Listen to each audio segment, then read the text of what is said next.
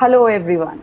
Welcome to today's webinar, Create Engaging Minds, Reinventing Virtual Science Classrooms.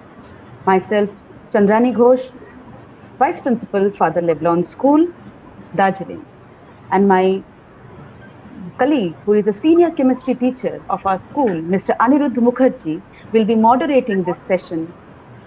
So I welcome each one of you for this session. Let me tell you something about Mr. Anirudh. After completing his master's in chemical sciences from the Central University of Gujarat, Gandhinagar, Anirudh served as a research scholar in electrolysis and material sciences at the Department of Chemistry, IIT Ropar, Punjab. He is very meticulous in his work. I welcome Anirudh to the webinar. Hope we will have an enriching session this evening.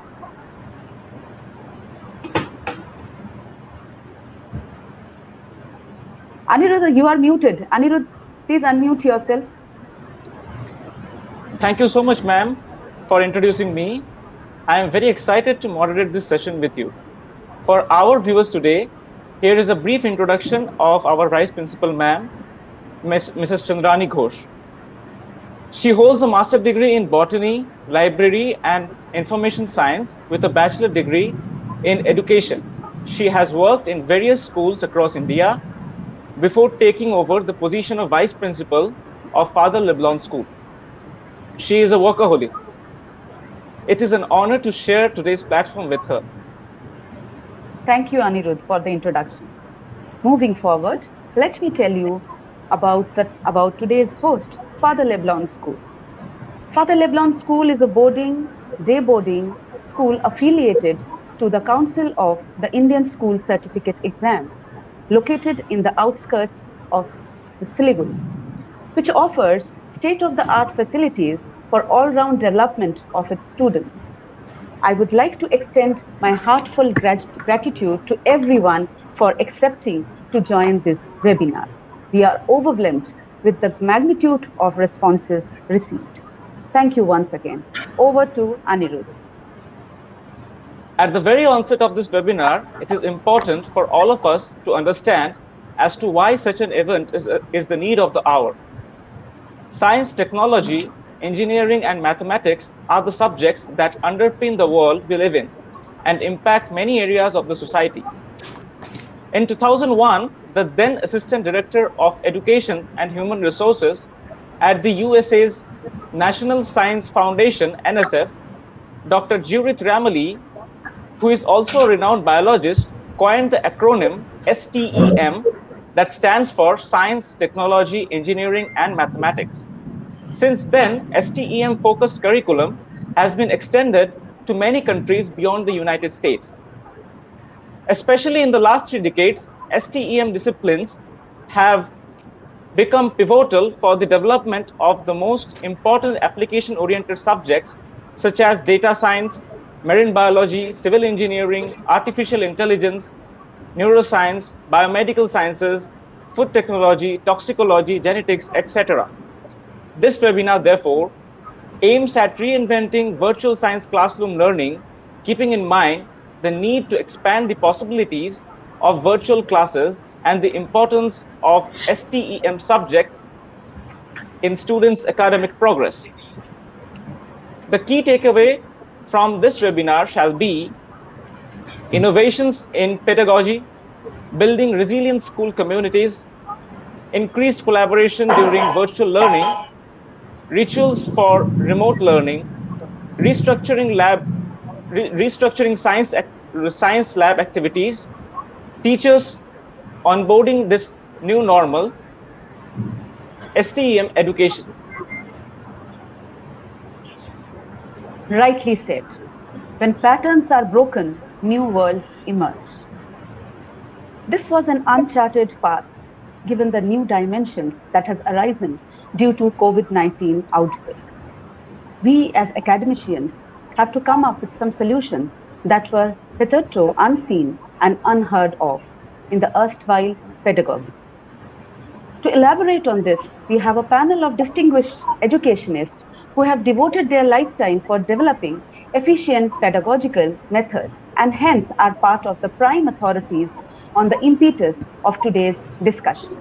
So here we have Ms. Veena Raizada, educational consultant, former director academics of Next Education. Mr. Samar Bagchi, the octogenarian pioneer, science education expert, former director of BITM Kolkata.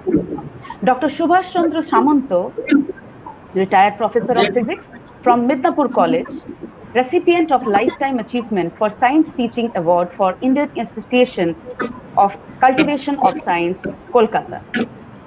He is also associated with the Teaching Learning Center, IIT Kharagpur. Our next guest is Mr. Arindam Rana, Associate Professor of Chemistry in City College, Kolkata. Dr. Arindam is also associated with the Teaching Learning Center. He is a national coordinator of chemistry in Teaching Learning Center, IIT Kharagpur. Welcome, all of you. I would like to extend my heartiest gratitude to all of you for accepting to join this webinar. Thank you. Over to Anirudh. Thank you, ma'am. Before starting our webinar, let us consider a few important rules to abide by. After this introductory session, our honored guests shall present their views and enlighten us with their valuable knowledge, which shall constitute the second round. In the third round, we will accept questions for our speakers to answer. We therefore request the audience to write their questions on the chat box along with the name of the expert to whom they would like to direct their questions. Since we have limited time, we shall only accept few questions for this webinar. However, other queries will also be answered within a day or two through direct messages. Now, without any further ado, I would like to turn the time to the first speaker, Dr. Arindam Rana. Dr. Rana is an associate professor of chemistry in the City College, Kolkata. And he is also the national coordinator of chemistry at the Teaching Learning Center of Indian Institute of Technology, Kharagpur. He has worked on metalloporphyrin chemistry during his postdoctoral research tenure at the University of Notre Dame, Indiana, United States of America. He is a life member of the Indian Association for the Cultivation of Science, Kolkata, Indian Chemical Society, Kolkata, and the Center for Interdisciplinary Research and Education, Kolkata. He is also a key research person in chemistry in the workshops arranged by the Department of Science and Technology, Government of India. Dr. Rana has published several original research articles in international peer-reviewed journals. He has conducted more than 140 workshops on science education throughout India. I would request him to take over this session to speak on increased collaboration during online science learning and restructuring science lab activities. Over to Dr. Rana. Good afternoon. I hope all of you can see me properly and Yes, hear me. sir. Okay.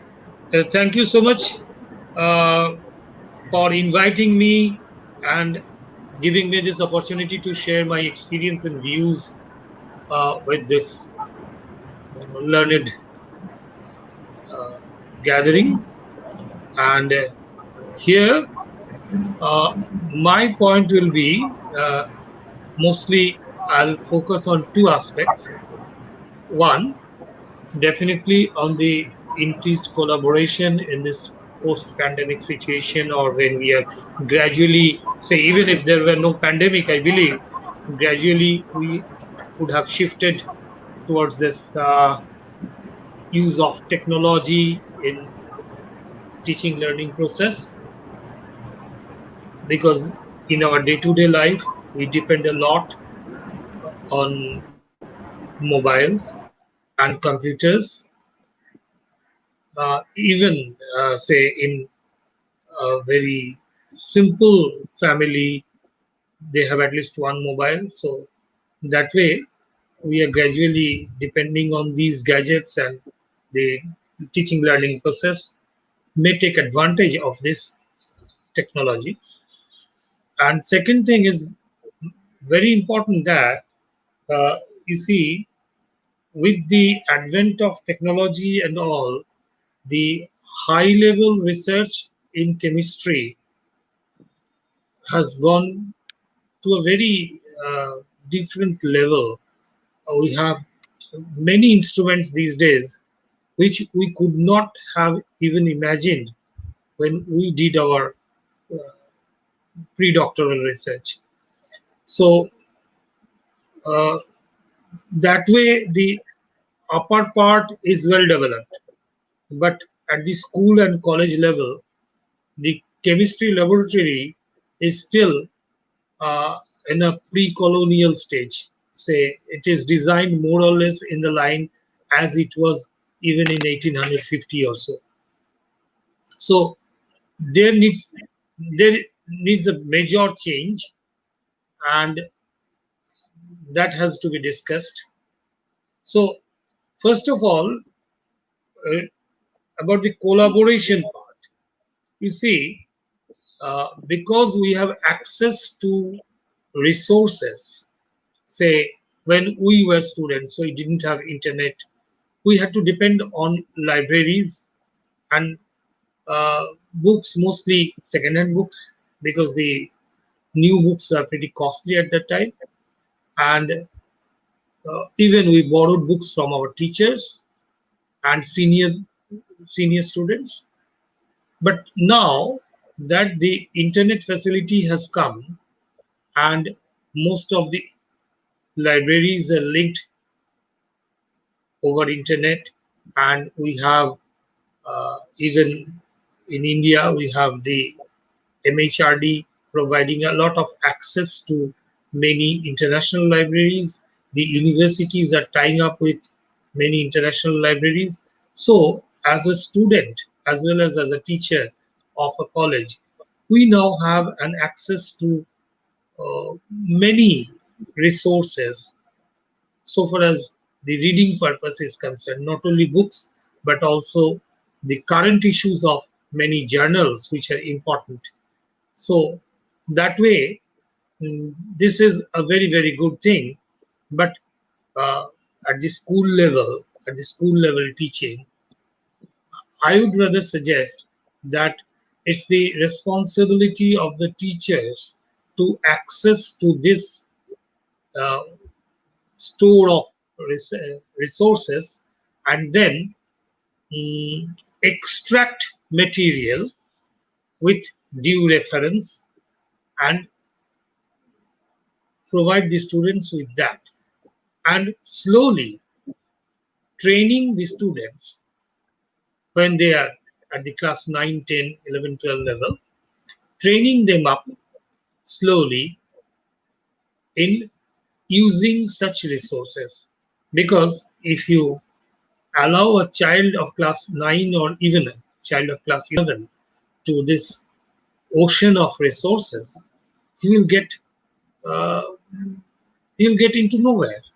But a teacher who has the experience, he can guide his students to uh, primarily small volume of resources, and gradually uh, the size may increase, and they can gradually learn out of these which one is the real pearl.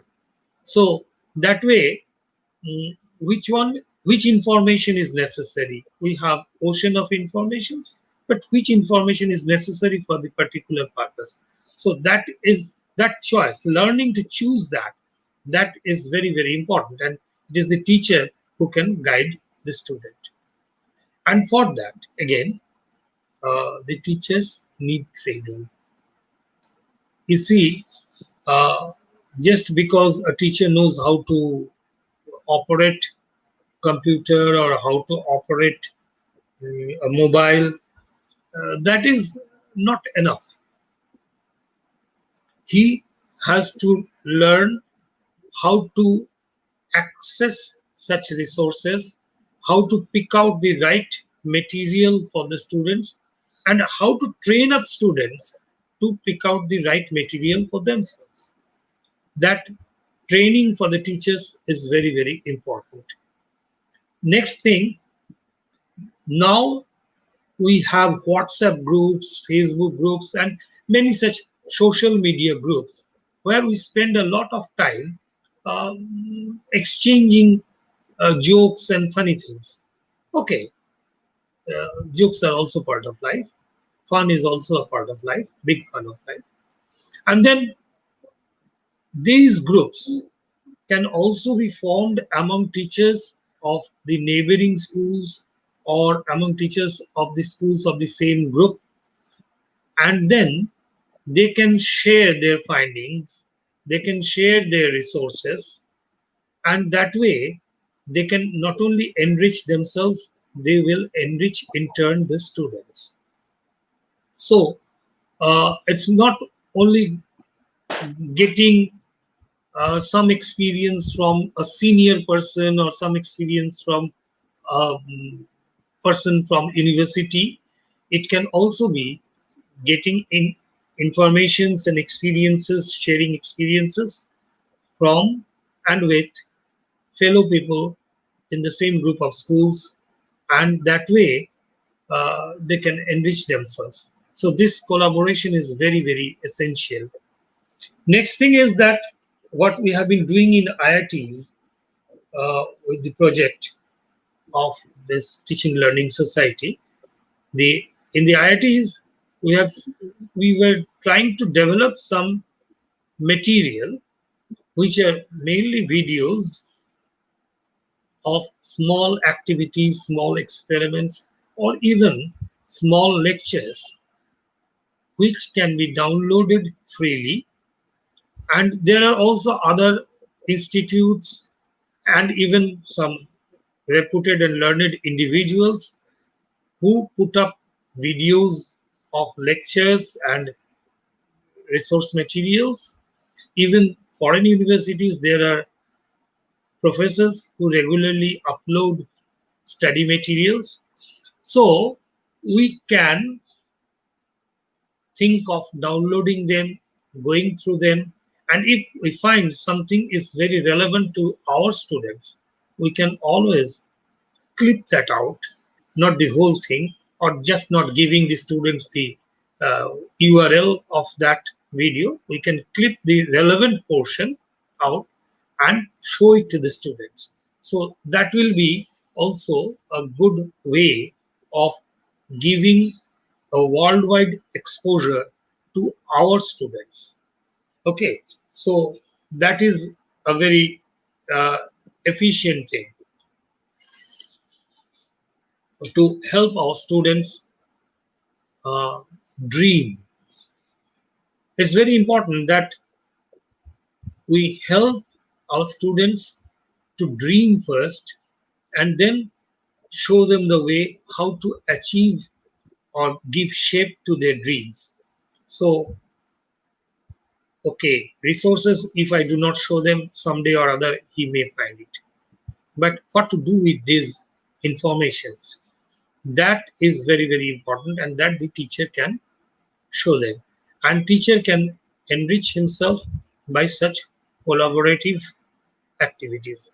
And then again, supposing in another school, say your father Leblon school, there are such schools or maybe a chain of schools of your company, then some teacher maybe at Guwahati or maybe at Chennai, he is teaching a particular topic in a very interesting way.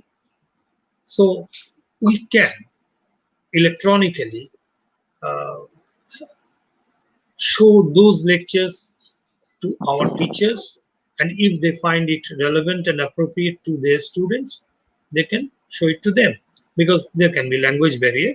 So first the teachers must see it themselves. If they feel that it is okay to show to the students, they can show it to them, or whatever they gather from those lectures, they can uh, digest in their own way and provide to their students with the material as they think appropriate. Now, next thing is this developing a chemistry lab in a modern way. You see, there are certain restrictions of a chemistry lab. First thing is, in chemistry, we see a change in color to detect something or to study something. That is a marker, change in color. So even if we titrate acid and base, both are colorless solutions, we add some indicator which changes color at the end point. So this change of color, that can be shown by videos, but the student will not get the same feel as when he does it himself. Say how deep will be the color, or when should he stop. That control has to be practiced. It's like cooking. Say even cooking rice, that needs that sense of how much water to be added and how long it has to be boiled and what kind of rice, boiled rice we want. So depending on that, all these parameters have to be controlled. Then that has to be practiced. So similarly, here it needs to be practiced. And then the next thing in chemistry lab, what we do is not only we see changing color, we also use our smell. Say if something produces a smell, we identify it by its characteristic smell. Like we study in the textbook that the smell, H2S gas has a smell of rotten eggs, or ammonia has got a pungent smell. But what actually is the smell like? That cannot be provided by such electronic experience. One has to actually go to the lab and do it. And chemistry experiments at this level, some chemistry experiments which are very simple, we can do with the kitchen materials and day-to-day life materials. That can be done at home, like activities, and that can even be introduced at the class 6 7 level. But at the particularly at the 11 12 level or class 10 level, there this experience of laboratory is very, very important. The particular color, the particular smell. In the book, it is written that, say, silver chloride comes down as a cardi white precipitate. Barium sulfate comes down as a crystalline white precipitate. Both are white precipitates. One is cardi, another is crystalline. But how is really that? So, unless one does it, one will not understand how it is like. So, this is very, very important to have actual lab experience. But in the lab, what my experience goes in most of the labs I've seen, that people do not pay attention to the safety procedures. That has to be very meticulously followed, the safety procedures in a chemistry lab. Next thing, as I said, that we are running the age-old setup with lots of solutions, lots of big bottles. That is actually not necessary. One drop solution is enough. But in the earlier days, when these labs were designed and set up, the dropping bottles were not, small dropping bottles were not available. But these days we have plastic and nylon materials. So we can replace those old glass bottles with the plastic dropping bottles, which can drop a single drop into the test tube. And that way, we not only save costly chemicals, but we also save the environment because at the end, everything goes down the drain. And there also, we can include procedures to save the environment. The waste may not be laid down the drain, that may be collected in some drum, and then that can be processed, and most of the harmful materials can be precipitated out, and then the liquid can be drained off.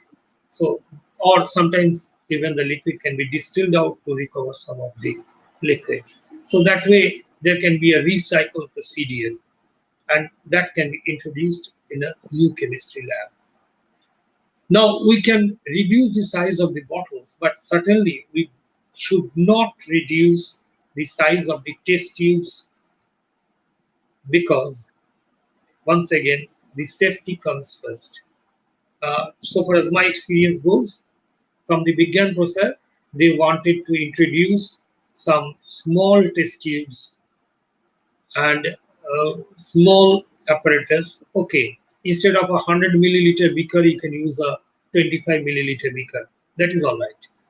But when you want to boil something, you cannot go below 50 milliliter conical flask, because of the chance of getting sparks.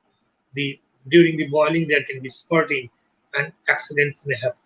Similarly, the test tube has to be that long as it has been for the safety procedure. Only thing we need to tell our students that in that 20 milliliter volume of the test tube, you should have only maximum 2 milliliter of solution, not more than that. A change therein is sufficient to observe, and that is enough to derive some conclusion. So these practices, good practices on safety and environment, they are to be introduced, and also on saving chemicals. That is very, very important. Third thing uh, that is important is that we need to develop good and relevant handbooks of the laboratory operations and activities. These handbooks may be initially drawn out into the most popular language, English, and then can be converted into uh, the local languages like here Bengali, somewhere maybe Nepali, Hindi, etc. But once again, using the common terms, not complicated synthesized terms that may be grammatically correct in that particular language, but sometimes it may create confusion, or it becomes a hurdle for the student because he may not know that level of grammar in that language. So, in a very common day-to-day language, and the correctness of such informations given in such handbooks is very, very important. That has to be very carefully scrutinized. Once again, from my experience, I came across a handbook written in Bengali. Uh, just Proloy sir is trying to call me up. Is there any problem with Uh, the sound or anything? Hello? no, sir. It's absolutely all right, sir. I But think, Proloy yes, sir, sir. Proloy I sir, think, the time that has been given to you, sir, I think it was exceeding for that. Thank you, oh, Dr. how Rana. Yeah, long? yes, sir. We How have long our have? next speaker. Yes, Okay, sir. Our okay. next speaker Can is I get to 3 4 minutes more? please, please, sir. Please, sir. Okay. Please, sir. Uh, oh, that was an indication. Okay. Fine. Now, the handbook I came across that wrote some very ridiculous informations. Like in the chapter of physical change and chemical change, they wrote that the rice boiled to the boiled rice or fried to the puffed rice, this is a physical change. And their logic is that if you uh, put the puffed rice into water, it will squeeze down, and then if you dry it, it will look like a rice. And for the rice boiled, that rice again be dried will look like the rice. And as an example, they even showed that the Mahaprasad of Jagannath Dev from Puri, uh, is that rice which is derived from the boiled rice by drying it out. But you see, boiling is very much a chemical change because boiling hydrolyzes the complex carbohydrates. Similarly, when you fry, say, normally when we prepare puffed rice, we heat that in a sand bath, and that heat will again char and uh, decompose the complex carbohydrates, and some carbon dioxide is eliminated, and that's why it swells up. So these things are to be very carefully scrutinized and to be finally published after such careful scrutiny so that information is correct. Okay. So, okay, if you're saying time is up, I should stop now. But to sum up, my thing is that the collaboration is very, very essential, and that can be done not only with all the resource materials internationally and nationally available, but also among the teachers of many different schools through even WhatsApp group or so. And only the necessary material can be percolated down to the students according to their need and their ability, and gradually enhance their ability. It should be a student centric teaching. And then chemistry lab, the safety first and then save the environment, and that way you design. Sometimes even in my college, in my lab, I do not allow students to bring down a precipitate or see a color change by using a test tube. I tell them, you drop one drop of solution A onto a piece of paper, and then another drop of solution B onto the same piece of paper on the same drop, and see the change there. That is sufficient to see a change in color. Or say, if you take acidified potassium dichromate solution that is orange, one drop will always be orange. May it be on a glass, watch glass, or may it be on a paper.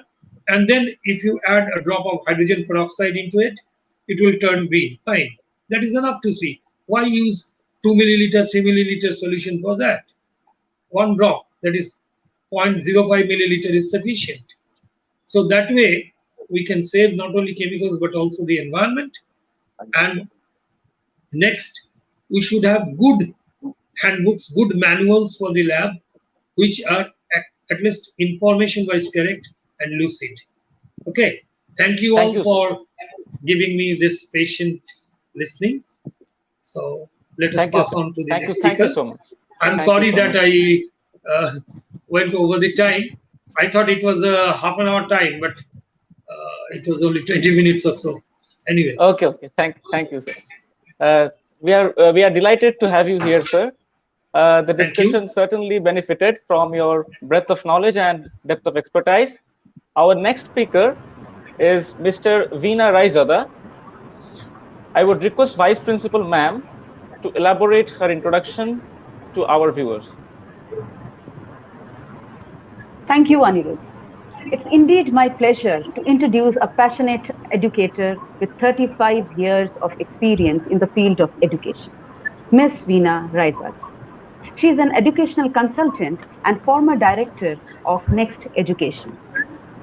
She is our CBSE resource trainer, founder principal of three educational institutions in Rajasthan and Delhi.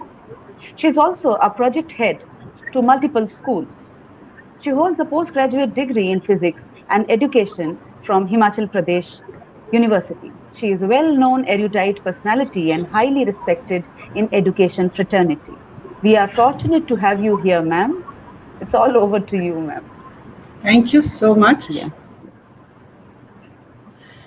Good evening, everyone. And whatever initial beginning Professor Rana has given, collaboration probably we are seeing now across the boundaries, not only within India but across the globe. It's such a pleasure, and I'm delighted indeed to have this opportunity from your school, ma'am, to present my views on the theme of the day, creating engaging learning environments, online teaching, which has become the norm of the day. because of pandemic, the lockdown of the schools, the teachers, the student community, everybody, to maintain the continuum of learning, change over to online teachings, and how do we really create those engaging environments. Probably I would like to focus on these points. So I would like to share my screen.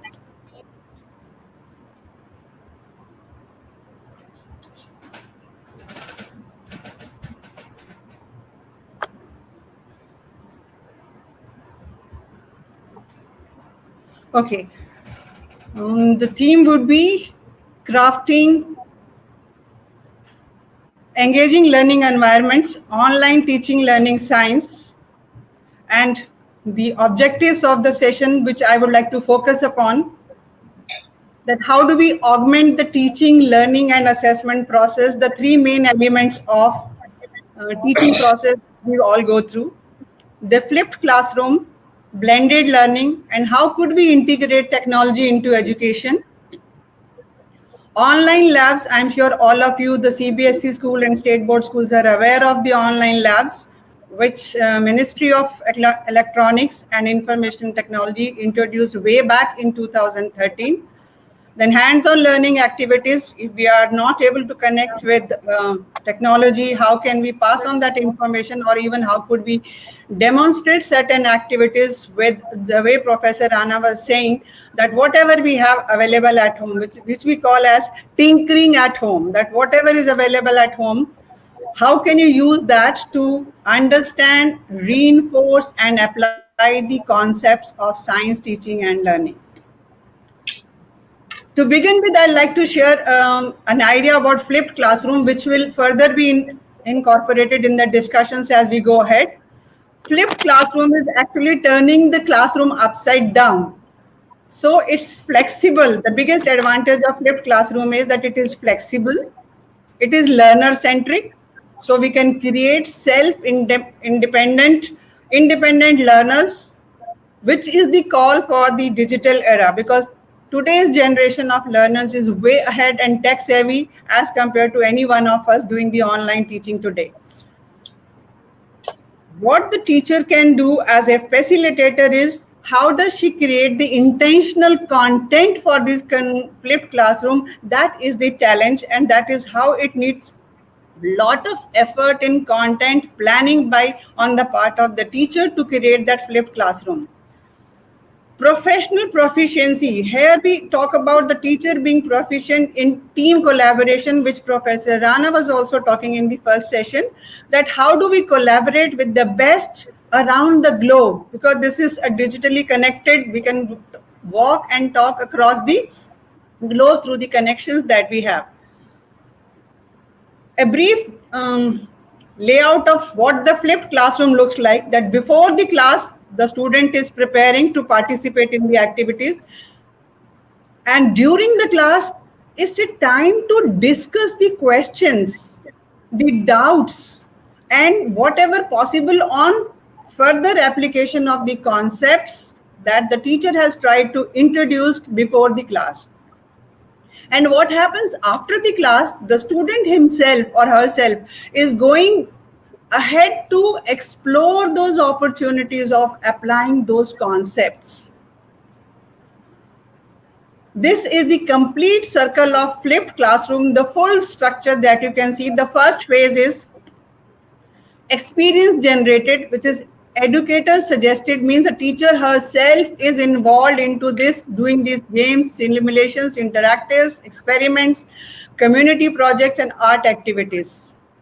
And then the second part, where what is to be done, educators suggest, and it is more like an individual activity by the learner. The third part is what the student creates by application. So all the different levels of Bloom's taxonomy, the cognitive levels are being addressed to. And the last one is how the child, the individual, the learner synthesizes the knowledge that he has achieved and applies it to the projects, the real life problems. So what happens is, first point becomes this synchronous group activity. So we are now doing this synchronous learning. We are face to face at the same time connecting with each other. So So this is how teacher, the mentor, the facilitator connects with the group activity online. Then we go for asynchronous individual activity, where each child, each individual learner is working upon whatever has been shared by the teacher to go further as a self-study. Third part again remains in the same one, it becomes an individual work. Then lastly, when we again come back to discuss all those, whatever has been learned, explored, comprehended in one form or the other, whether it is a data information, whether it is a graphical representation, whether it is the visual paper presentation, whatever the child has done, we come back to discuss and address all the problems or issues involved into that. So we end up completing this circle partly online, and partly online means we are connected with each other, and partly doing it individually, activities and group. So it is a flipped classroom is a process of shaping personas of independent learners, which is definitely the call of the day. So how could you introduce design a flipped classroom? You can look at the various steps. Outside the class, you start from the first point, go to the second one. Third, select a delivery method, then create or find content, then go over to this and complete this circle where students' learning outcomes are assessed. So main issue concern with the flipped classroom is how a teacher designs and develops various videos, contents, reference activities, individual one, group one, so that the student is able to carry over those concepts in the next phases when he is doing individual work and when he is doing the individual extraction of facts, concepts from that concept. Next, I would like to associate with blended learning, which is going to be the model when the schools reopen after the pandemic. Blended, let's understand that one fact that flipped learning is not blended learning. Blended learning is face-to-face reading interaction as well as technology usage. The blend of these two together creates a blended learning model.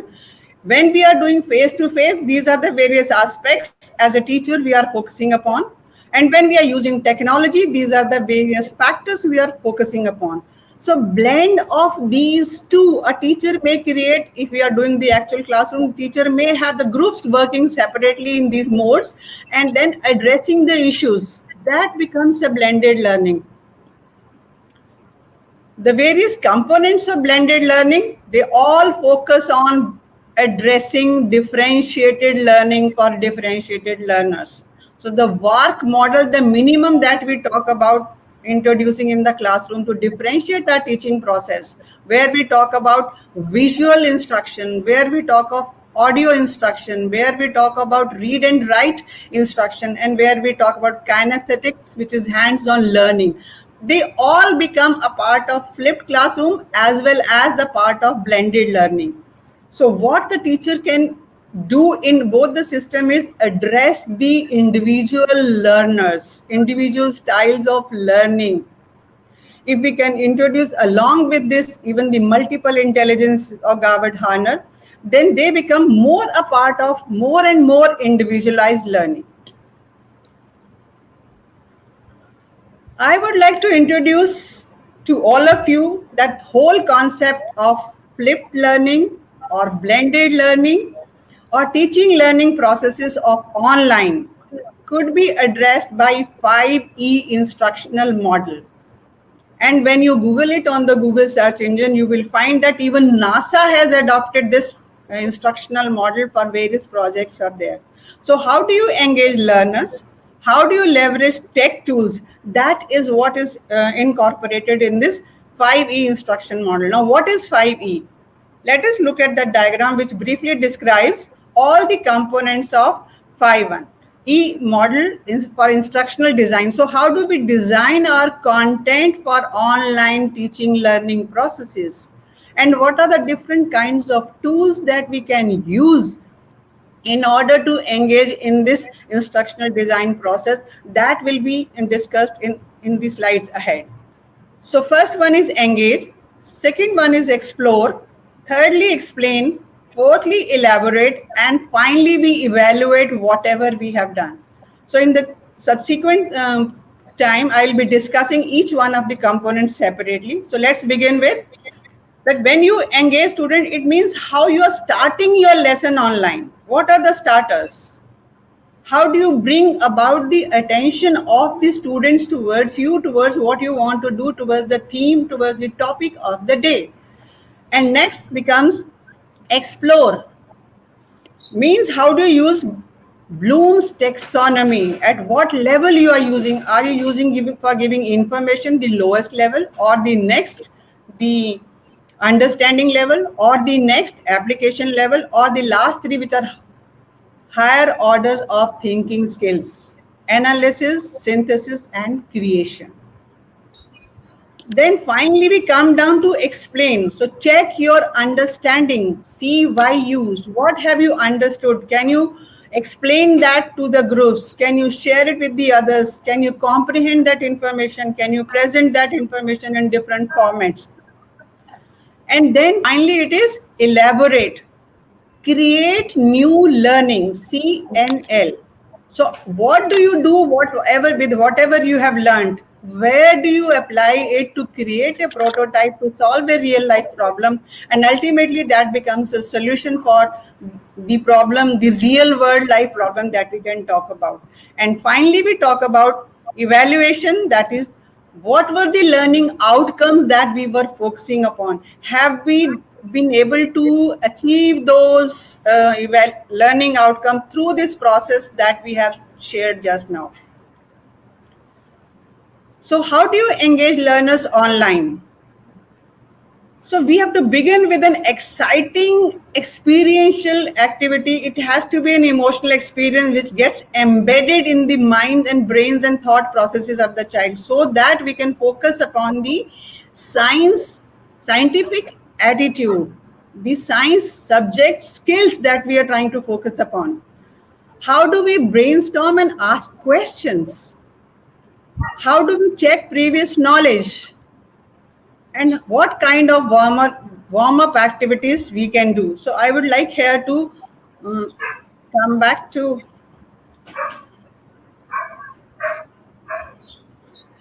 and share with you that if I have to start my lesson, the very first thing that online I could do is that I could use a mentimeter.com as an online tool available to me to ask the children. Maybe you can do it the previous day when you're finishing your lesson, to get an idea about, which we used to call as request for learning proposal. So if you share, you make learners as partners in learning, you make learners as partners in curriculum planning, so that when we come back to teaching process next day, children are excited to be with us.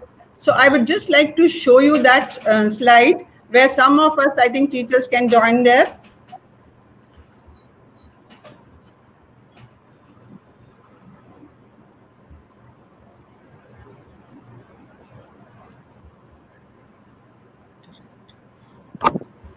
Okay, so if you use this mentimeter.com, you will get a screen like this. And if I share the first one with you,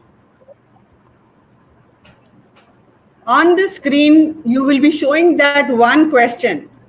What are your expectations from the session today? So all those teachers who have taken this code from me, I would request them to really enter their answers, because the students do not need to log in into any website for this. They just have to go into menti.it,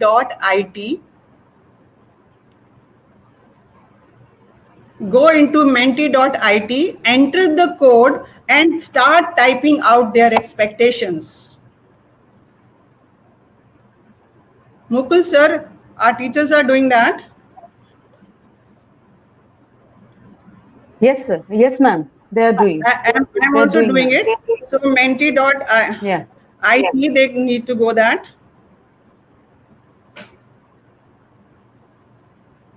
Fill in the code as, so how interesting it becomes for the children.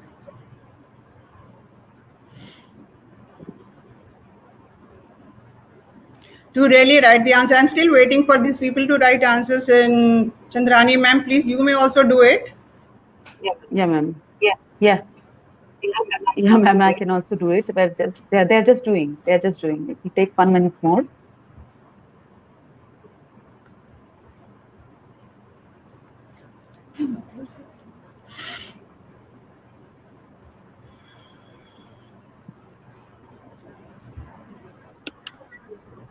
And we can move Okay, forward. we'll come And in back the to this. meantime, But you can show them however, again. this becomes an Yeah. interactive Yeah. session for us when we can get the information from the students that what are they ready to learn with, what are their questions, what is their curiosity, what is their inquisitiveness. Again, we can show some activities online also too. Let me show you this one activity, that if I have a glass in my hand of water, generally we always know that when we put a pencil into it, it appears to be broken.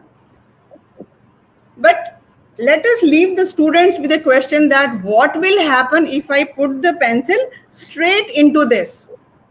So let the children experiment that even with different kinds of densities of the liquid which the child is using. Let him add salt, let him add sugar, him use plain water, let him use any transparent thing that he can add, and then see that what happens.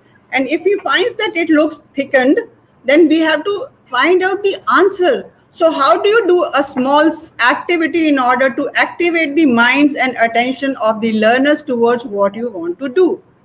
Another thing that I want to show all of you is that we have always done this experiment of having this candle with one, and when you put this glass on it, the water rises up and the candle gets extinguished. The first level only. So how do you make it an inquiry based inquisitiveness experiment entry for the child is that we ask the children that if we have two candles of the same size and then we repeat this experiment like this, putting the glass on top of it, what will happen? Will the water rise to double of it, half of it? The experiment can further be repeated by the children by 3 candles of different sizes, and let them find out the results, that what happens. Let them make an hypothesis first, that I presume that if I put 3 candles of the same size, whether it will be 3 times or 1/3 of the first level that I saw. Similarly, we can reduce the sizes and then talk about it. So that is how you introduce the inquisitiveness learning for the child when you start the class. When the child knows the teacher is going to show me something and leave me with a question. So how do you have this brainstorming question? How do you have a small exciting experiential activity, or you do certain demo? This activity also becomes like scaffolding when you do it. I do, we do, and you do model.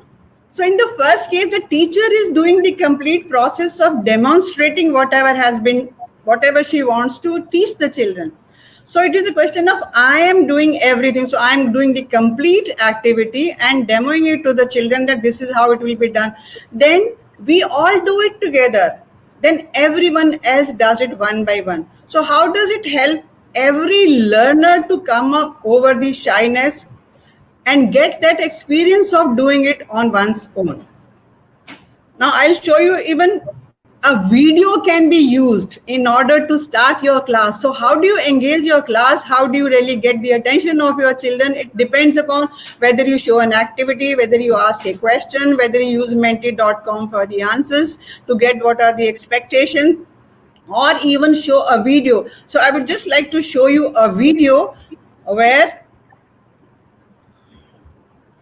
how can you ask? Ma'am, regarding that Mentimeter, I think it needs to be open from your side. Okay, It is showing the question is not I'm open just for me. showing the video first. Yeah, fine, ma'am. Fine, ma'am. This video has to be shared. Is it shared?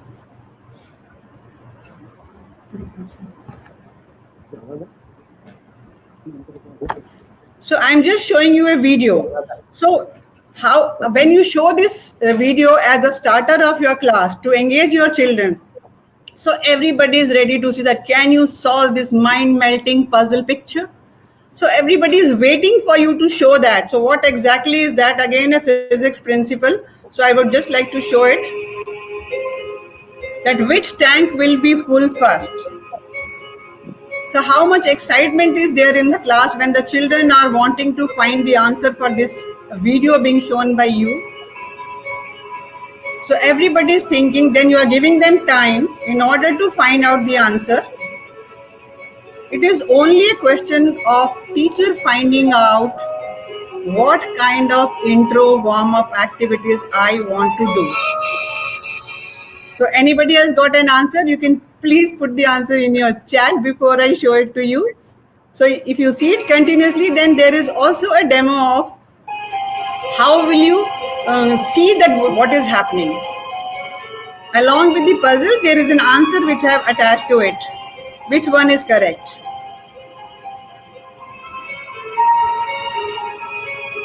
So how the children are able to see that what they had predicted, what they had thought of, is it right or not?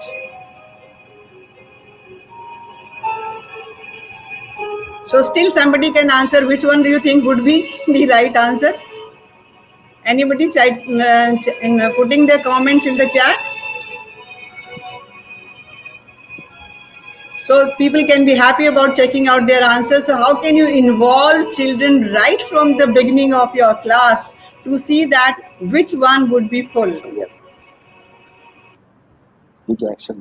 So how can you involve children right in the beginning of the lesson?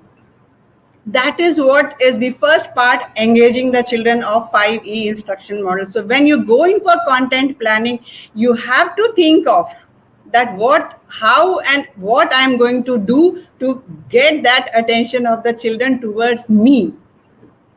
So you have to plan that act. Therefore, content planning in the first place needs a lot of time from the teacher in order to be effective teacher online, in order to be interacting with the students. So let's go to the second part of this activity.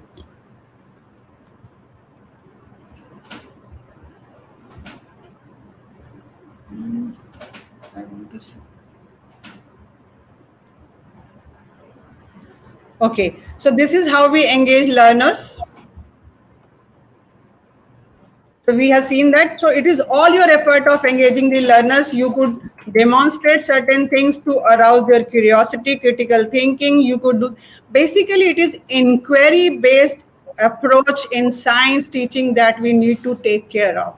That how do we have the learning going to metacognition levels. That means knowing beyond knowing, applying beyond applying, and learning beyond learning. So metacognition levels. This is how we do that. So I teach with technology. This is the trend of the times today, that I'm using tech tools to engage learners. So how do I engage learners online? Mentimeter, if you have done it, I can show it to you once again. We have another tools, Padlet, Kahoot, and relevant video or visual, whatever you want to use. Once again, the emphasis is that you can be a successful person to teach science online only when you are aware of certain tools to involve students, because today's generation in the classrooms is a tech savvy generation. The generation who uses technology way faster and more than what we teachers are doing at the moment. So we need to develop our professional competency and skills in order to engage those learners in a classroom. So Mentimeter, you can all go to mentimeter.com, create a login for yourself, and it's so simple that students do not need to do anything. They only have to put that menti.it in their browser and answer your questions. You can have a poll, you can have a expectation, you can even create a word cloud with that. Again, this Padlet is one of the another tools that we can use. I can just show you that how does Padlet looks like, because there are various options of putting walls, canvas, grid, and various other structures when I use Padlet. So I'm going to show you even Padlet what it looks like.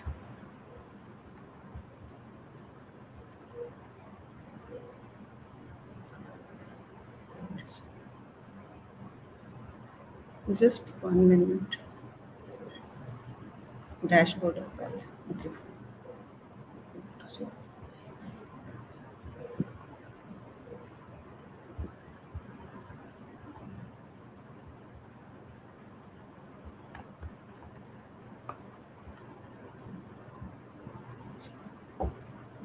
This is how it looks like. This is one thing that I have made, which I can show it to all of you. That if I put the recap of 5E model of, so I have put only one remark. So when you share this with the children, they are able to put their, so if I double click here, I can put another marker. So all children can put their remarks, questions, components on this, whatever you are doing in the class. It's a question of creating your own account and going in to make certain things. And when I show you the dashboard of this, when I show you make, you can see the various kinds of things that you can create a wall, you can create a canvas, you can stream your content, you can make a grid, you can make a shelf, black channel, anything that you want to do. So teachers who are using online teaching, which is definitely the call of the day, we really need to ensure that we are using the technology to the best possible that we can do. So these are the tools that we are talking about.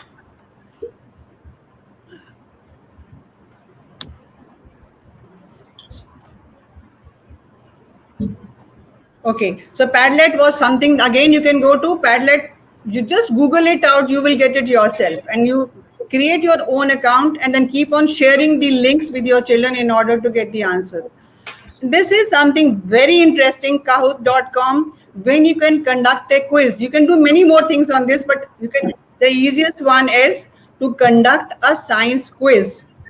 And are some people ready, Chandrani ma'am, to do this? I'll just show you, in fact, how does it work. Once again, I will show you the link straight away.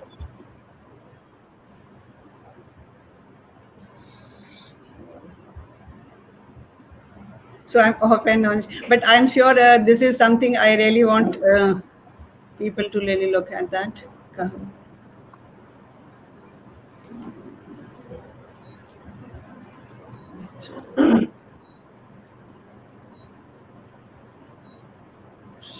Ma'am, you can even share the Mentimeter, that screen. I think by now it has come. Just 1 minute. Yeah. So this is how you will look at, when this is how the screen would look when you say Kahoot science quiz, and I can choose the option of doing it science classic or science in the team mode, right? Ma'am, we can't see the screen. Classic, can you please share? Ma'am, we can't see the screen. What happened? Can you share, ma'am? Just 1 minute. Yes.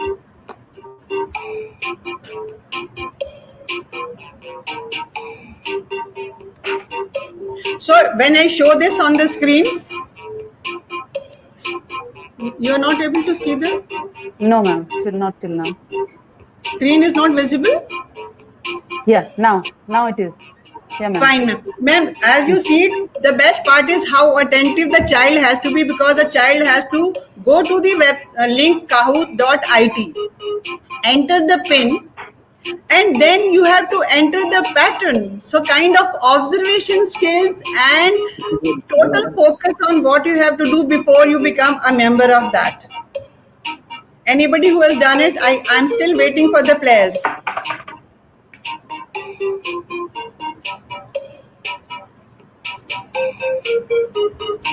Do we have any players? Yes, ma'am. Okay, then once I have players, I can. Yes, ma'am. Teachers are doing. I can start.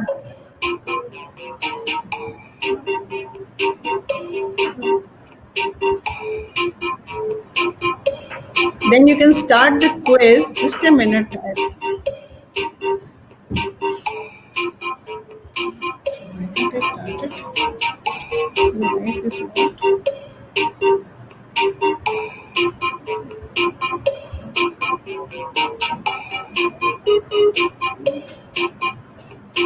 I'm sorry, I'm just not able to start it. Just a minute.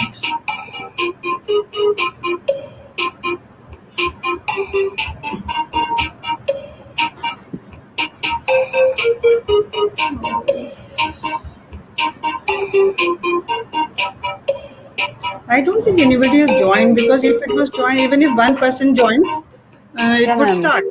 Huh? I think there are net issues, ma'am. Seems that there are net issues. I don't think people have joined it. So I'll just join myself only and then show you that how it works.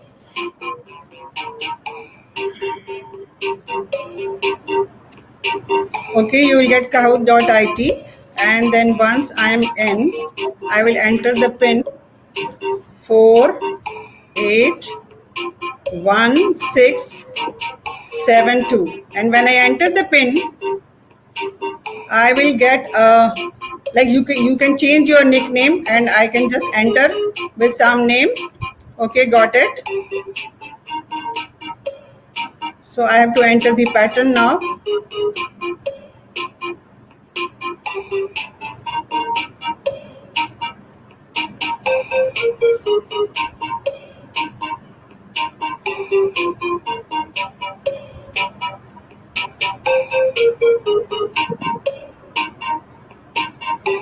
Yes, I am in there, and once I'm in, I can play it out.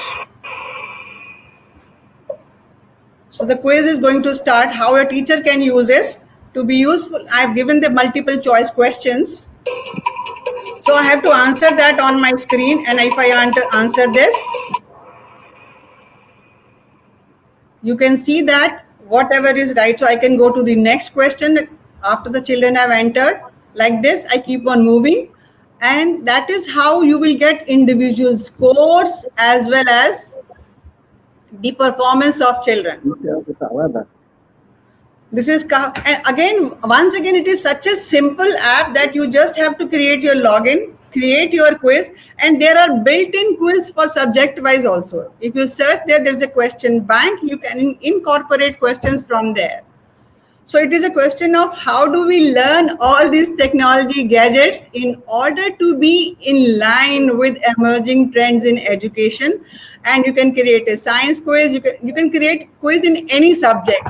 So whether you use Mentimeter, whether you use Kahoot, whether you use Padlet, there are many more. But these are the things minimum that I'm sharing with all of you that create a learning environment for all of us, where we are actually dealing with the children. Okay, so this is what I hope you all enjoyed learning this Kahoot.it. Okay, the next one is how do we give the exploring approaches to the teachers or to the learners? So teacher once again has to work upon that what is research based method, and then how she can use that in her classrooms to develop scientific attitude. So how do we give that projects based work? We talk about cooperation, we talk about communication, we talk about critical thinking, we talk about communication skills, then cultural diversity and curiosity and inquisitiveness, which is the most important thing for science, because inquiry based approach is the base of scientific learning. How do you make it problem centered? So higher order thinking skills. How can you make it task assignment? You can talk about the cognitive levels of Bloom's taxonomy. So these are the exploring approaches that we can use.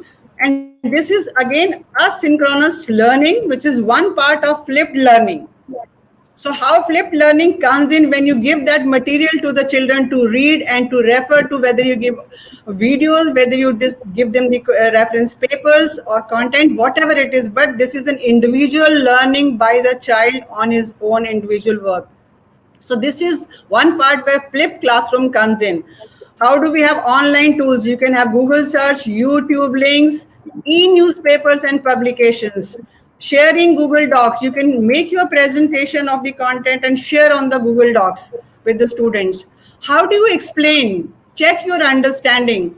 So this becomes now one-to-one synchronous process, teaching learning process. So once again, it becomes a part of blended learning when you are doing face-to-face learning, and the part of flipped learning too. So flipped learning system or blended learning system, how do they become a part of 5E instructional model? So online tech platforms, how do we can be using videos for instructing, or we can be using modeling, that show and tell, and scaffolding that I discussed. The most common thing by which we as teachers do this scaffolding of learning is I do, we do, and you do model. So how do we elaborate and construct new learning? We make new connections with the concepts. How do we connect across disciplines? and that becomes STEAM, where we talk about science, technologies, engineering, arts, and mathematics. So you can even pick up any topic of coronavirus which is going on nowadays, how that can be made as a problem for the children to address. We talk about virology of biology. We talk about mathematics of graphical representation of how are we talking of flattening the curve rising its peak when we are representing the data of coronavirus cases.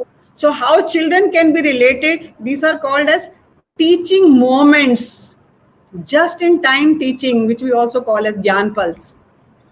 We experienced earthquakes recently. So how children can be asked to do a project study of why do earthquakes occur, why some place becomes an epicenter of earthquake. That's what we need to check it out. So how do we connect to various situations which are currently happening that increases the interest of the students in doing and learning what we want to share. How do we construct new learning? By applying learning to new situations.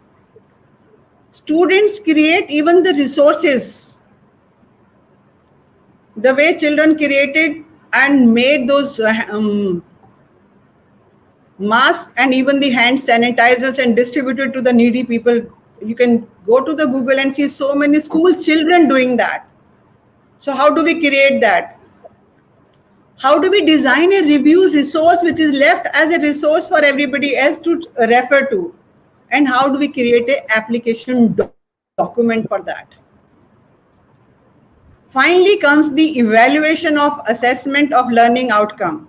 So how do we do formative assessment? The tools that I used earlier, Mentimeter, Kahoot.com, and there is a voice thread also which I'm going to share with all of you, and the Padlet.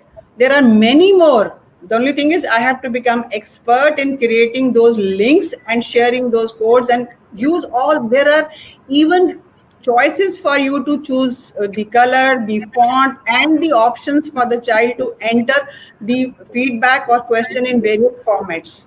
We can use videos for reflections.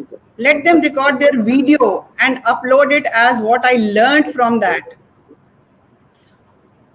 How do we have digital exit tickets that we talk about? How do we exit from that lesson and how do we assess those learning outcomes? I would just like to show you the voice thread that I have created for this 5E note that I have created for content planning. You can just look at that.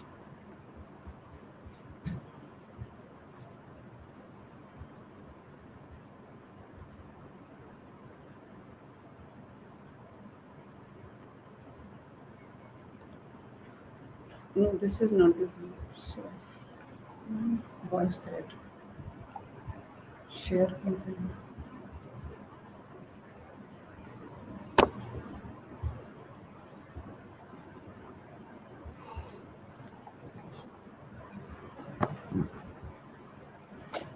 So again, this is a link, but the beauty of this link is that when you have created something, number one, you play this is played for the child because you are sharing the link with the child. So I've used 5 slides for content planning tips. And the best part is when you put it comment here, you can see that the child can upload a document file here. The child can record a video. The child can give an audio. The child can make a call, and then child can represent a text message to you. So whatever, so there are various ways. If you look at this, I have uploaded 5 slides. On each slide, the child has got an option of writing the feedback or question that you. So what do you want the child to do? You can restrict that when you are creating this document. So this is called as voice thread. And it is a wonderful thing because you have an option of the child giving you the feedback in every possible format.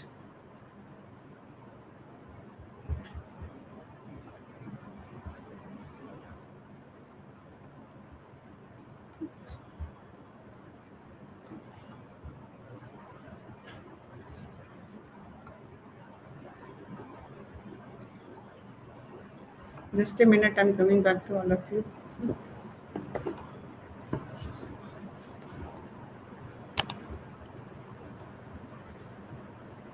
Okay, so this is what I was discussing. Coming back to my presentation once again.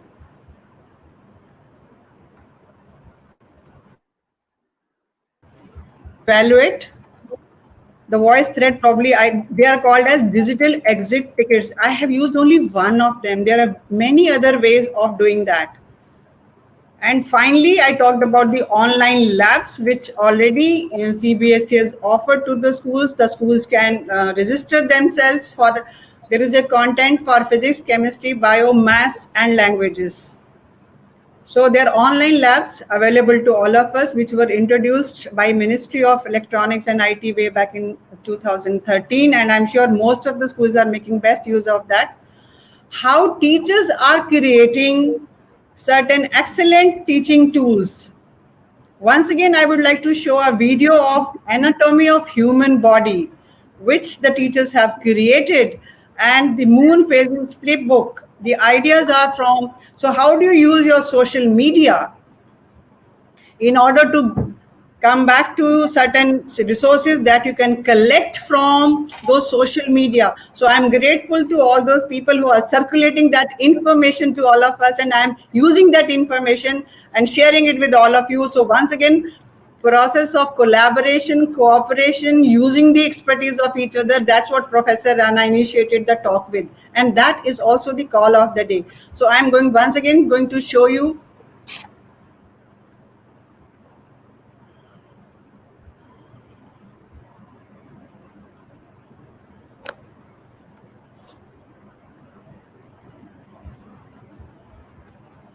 So I'm going to show you, no, sorry.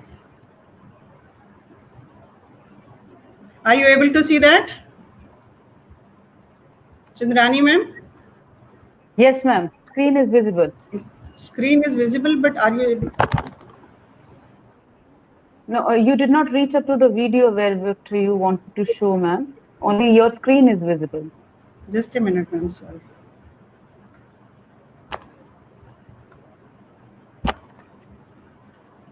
Okay, look at what is it visible now, ma'am?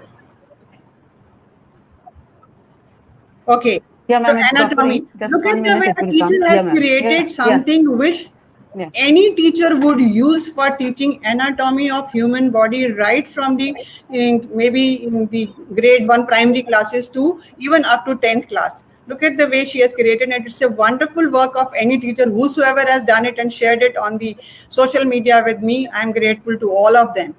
Look at the way she has made it.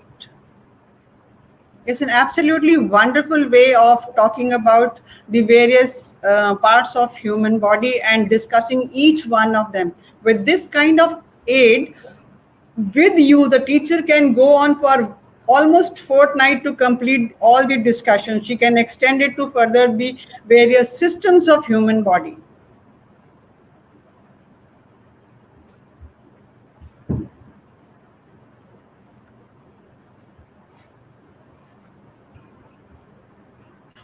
So that was one another thing. I would also like to show you one more, the moon praise flip book.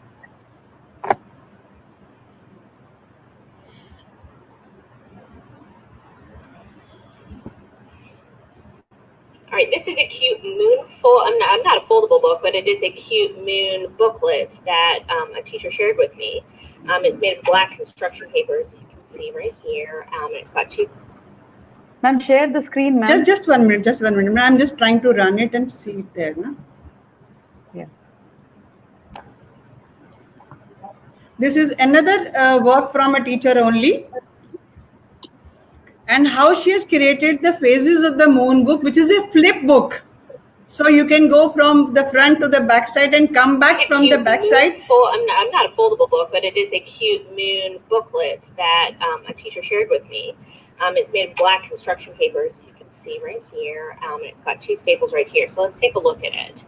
The first one right here says new moon, and it's got a picture of a new moon. Now, this text is actually upside down because this booklet is a forward and backward booklet, so we're going forward first. Now we have a waxing crescent, so you can see the black construction paper's got a little tab there, and it's covering up. So waxing crescent. Obviously, when we do the book backwards, it's going to be waning crescent right here. So that's what that text reads right there. Then we have obviously a first quarter. Again, when we do it backwards, it'll be third quarter moon or last quarter moon. So this is how she completes the complete book, that you can go forward and backward. And if you ask your, after I do, if you ask the children to prepare that, it is such a wonderful thing. The child would be learning and then doing it. Booklet, what to do with. So this is once again, offline teaching methods, where you are just creating the flip books. You can create many more documents as hexagonal or square shapes, the folder ones, which really give the children a lot of creativity to create that, as well as for the teacher, a teaching aid becomes. That is how this resource becomes forever a resource for all of us to refer to. So once again, I'll come back to my slide sharing.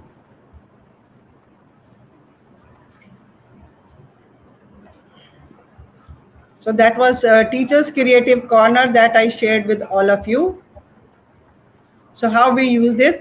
And finally, we have certain simulations, conceptual understanding. Even though you have online labs which have been given to all the schools to be used by the CBSE, but there are open free links also where the teachers can go to. Once I finish showing you all these links, if you want to copy the snapshot of this, you can take. Otherwise, I'll share these links with ma'am also to be shared with all of you on the mail. Then we have interactive links and manipulatives. And I will really like to show you one of the manipulatives where we can use how we can convert that. And then we have virtual field trips. Now these field trips, they have to be goal directed and relating to the content planned so that they make sense to us. So you can go to Discovery Education and you can check out so many virtual field trips that have been uploaded for the teachers to be used. How do you tinker at home? What Professor Rana was talking about, how do you use the materials at home in order to have active learning, hands-on learning. So what are the materials? Again, when you go to this website of Tinkering at Home, you will find video uploading of so many students, what they have created from whatever is available at home, because you're not able to go out to buy these things in these lockdown times. Then we have STEM activities, sciencebuddies.com. If you go there, you will find the candle seesaw, you will find various other activities with the children, with the balloons activities, the pressure activities, how you can use these activities to be incorporated in your lesson plans. That is what a teacher needs to plan about.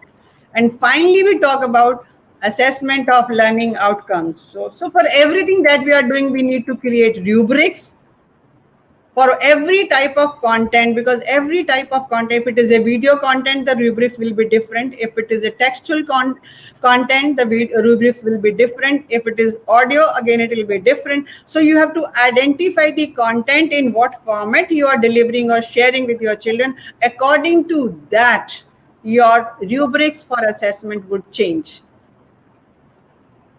So finally, before I would really like to show you certain interactions, if we can really go there and use it out.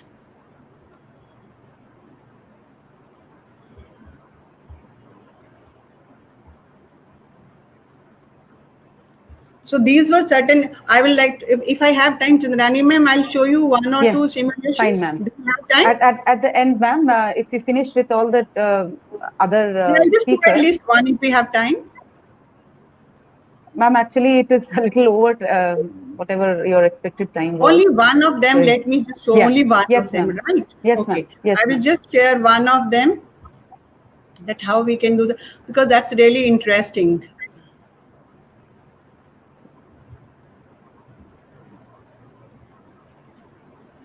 Now, what happens in this link? Are you able to see the screen? Yeah, ma'am. Yes. Okay. So how high will your model rocket fly? So when you switch on this, first it gives you a intro of what you are expected to work upon, that how high your model rocket would be. So you can show this. And you can also skip this and come back to the. Now, when you look at the screen, you see there are parameters of how do you change the mass of the rocket, how do you change the burn time of the rocket, and how much is the thrust. According to that, you will be able to see even the graphical representation on the field that you are watching above there. So you have one parameter where you are changing the rocket mass, another parameter. So let me put one of them and show it to you. I have added this. So the child can study that with the changing of the mass, how will the velocity will change, and if I change the rocket burn time, and if I change the thrust, how it is going to work out. So I'm just put one variable and then I'm going to show it to you how the child can see that.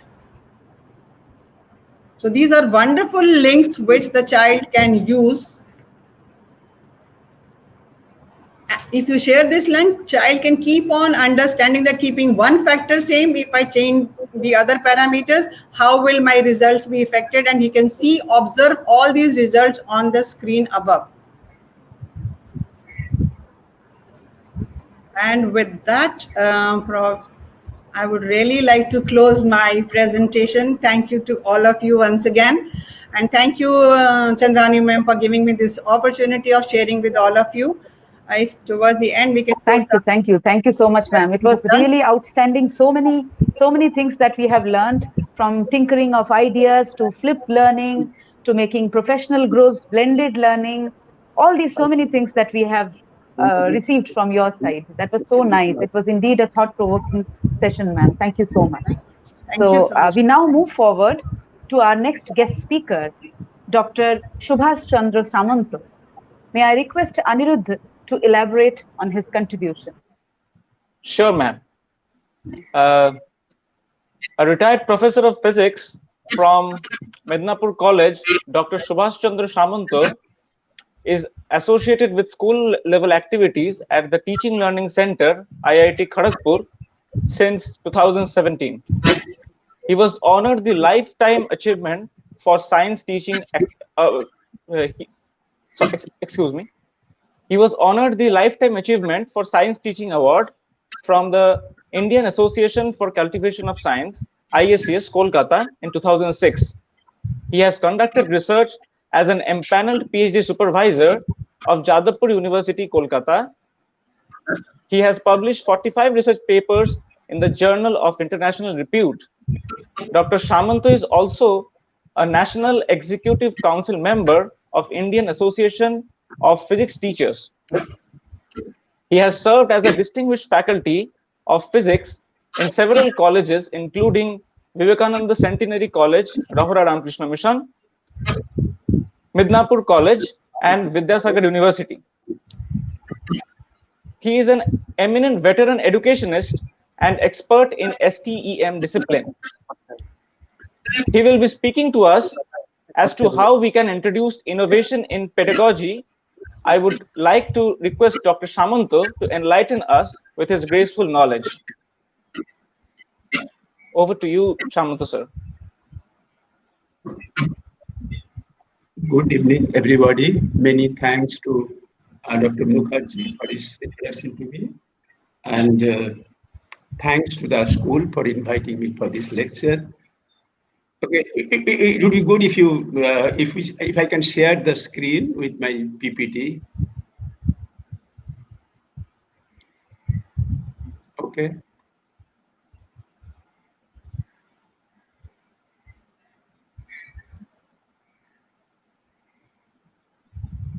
Yes, sir. It's there. So can you see? Okay. Yes. Yes. I start with the title. It is actually multiple statements, science through experiments. Actually, science can be explained in two ways, any experiment in science, either through experiments only, any scientific phenomena, or through conceptual understanding. I can give an example. Suppose a person throw a plank on the water surface of a pond. It measures say 1 meter long, 50 centimeter breadth, and 40 millimeter in thickness. Now, if you ask a student, who is a real student, he will immediately answer what will happen. He will say that with thickness perpendicular to the surface, it will float, and most probably 75% of the thickness will be immersed in the water because specific gravity of wood is say 0.75. But if we ask the same question to an urban student who has not that much experience of such types of activities, he will be doing some conceptual understanding. You see how the potential energy is changing, what situation, whether if the length is particular surface, then what is the potential, if the breadth is particular, what is the potential energy. And finally, he will come to the conclusion that if the width is perpendicular to the surface, the potential energy will be minimum. And so his physics concept will be able to get the same question. But you see, that means for the same question, we get answer in two different ways, just from sheer experiences. Even the rural people without going through any school or college can understand that. But for the urban students, they need some the concept, the calculations. They need some calculation based on physics. So this is the crux of the problem. We can understand science in that two ways that I mind. And particularly in the school science education, this is very much important. So suppose I shall rather, my topic is practically actually I, before that, হাসটা একদম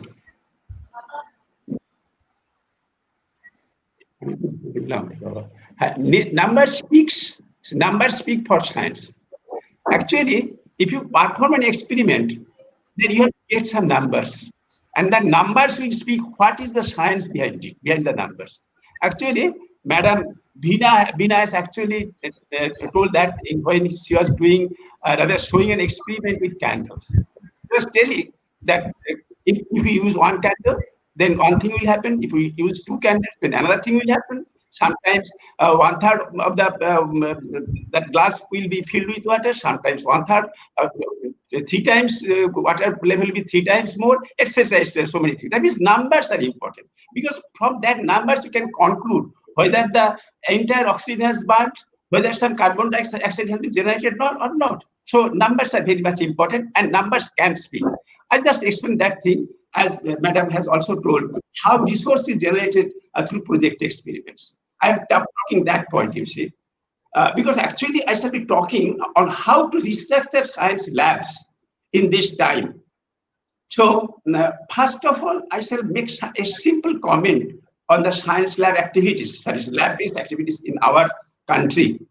Perhaps all you know, perhaps around 2008 or like that, the CBSE has changed these books, and they have produced, at least so far physics is concerned, they have produced very two laboratory manuals, one for class 11 and one for class 12.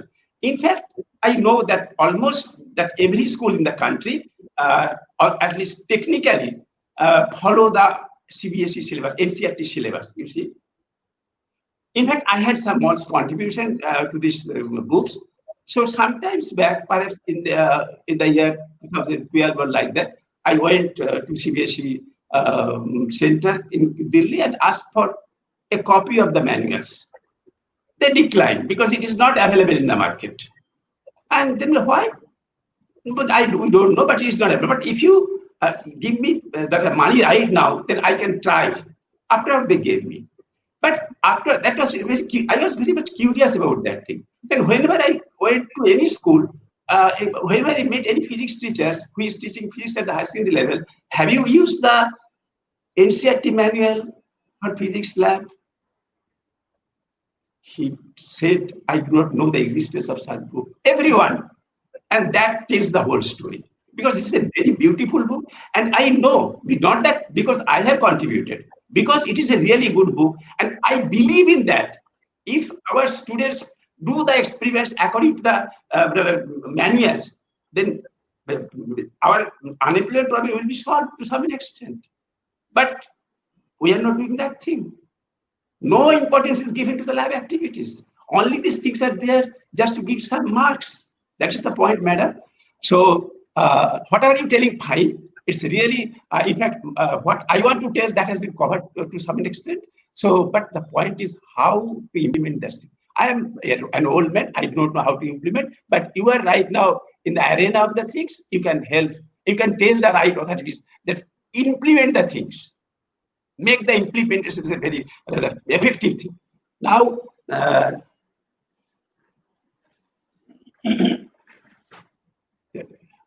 now I say, because you see, that is I'm telling them, number is very much important. Number has to be obtained. Otherwise, just a quality experiment cannot tell, make the difference between what is good or what is bad, what is correct or what is not correct. So that is the problem. So you see, but even in this situation, when the students are actually staying at home, they don't have any, because you see, our country is a very vast country containing 140 crores of people. Most of the people do not have, most of the students do not have access to these online programs. So we are actually conducting one program regularly. And that is actually, we are trying to train 50 underprivileged students of class 8 so that they can comfortably crack the competitive exams in the future. But most of the students cannot come to our online courses. But one such student sometimes approached me sent me actually a photograph of a weighing machine the doctors are used to. And he told me, sir, what can I do with this weighing machine? Can you tell me? I told, yes. You just make a packet of 2 or 3 bricks. Because I know that weighing machine has a least count of 1 kilogram or half kilogram. So I cannot ask him to measure 1 kilogram or 500 gram. I told him that you measure 2 or 3, make a pack, that is, you just cover the 2 or 3 bricks in a plastic cover and weigh them. Yes, he told me that the weight is 8 kilogram. Next, I told that you just keep some water in a bucket, so that water should be such that it can in it the bricks can immerse. He did it. He told that bucket plus water weighs around 17 kilogram. Then I told, just you put the packet inside the water in the bucket so that it does not touch anywhere. Okay, and he told, yes, now the number is 20 kg. So there are 3 numbers, 8 kg, 17 kg, and 20 kg. I was really troubled because I did not have done this experiment earlier. On just I told the student to do it. Now I told some of the teachers who meet sometimes that how can you explain this? They did not. They told something certainly, but I think the way they told me that can be used to explain the things to a class 8 students. You see, because he's telling that only the Newton's law, third law, can be referred to. And that can, yes, that's correct, no problem. But should I use Newton's third law of motion to explain the things for a class 8 students? We know, because you see, just that time, I met one of my younger colleagues. He told, no, sir, you can't do that thing. Because you see, yes, even in now class 8 students are reading Newton's laws of motion, but we know, particularly third law, even the post-BA students don't understand the full import of that law. And really, just same day, I met with a question, where it is that there is a current and there is a just near to a charge is flowing. What is is the Newton's third law valid in this situation? That means what the force, the current will apply on the positive charge, moving charge, is equal to the force the positive charge will apply to the current. That is not the case really. So we should not do that thing, but we are used to do that thing. So I do not know whether I shall get the time on for total expansion of the thing. That's not matter because everything is explained here. So now this is the problem. That is I have brought that up. First, the science, teaching science through experiment. That is very good thing. We should teach science through experiment. Even we cannot, we should not talk much about the concepts. You see, because that will only trouble them. So we should tell the experiment and tell the phenomena which can explain this. This time, I really could not explain the things to the students because these students have we do not have physical contact also. So I think we shall try to explain them, but really it's a problem for us. Next, you see, so you see when that happened. So I used to do this experiment not with the doctor's weighing machine, but we actually tell our students to prepare one scale balance, beam balance, using simply a meter scale, 40 centimeter scale, that they prepare using a wooden plank pasted with some graph paper sheet so that it can use as a scale. But I have seen that even a 30 centimeter scale can be used to do that experiment. So again, from the same 50 group students with whom we are regularly interacting, I asked them, have you done the experiment? Because I told to do that experiment sometimes back.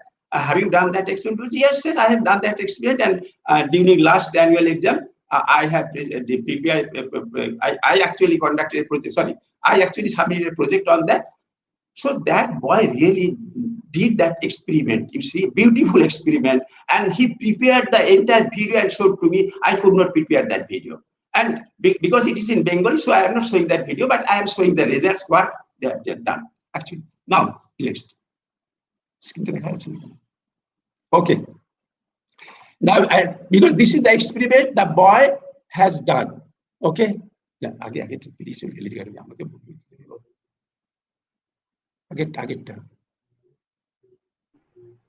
Next slide.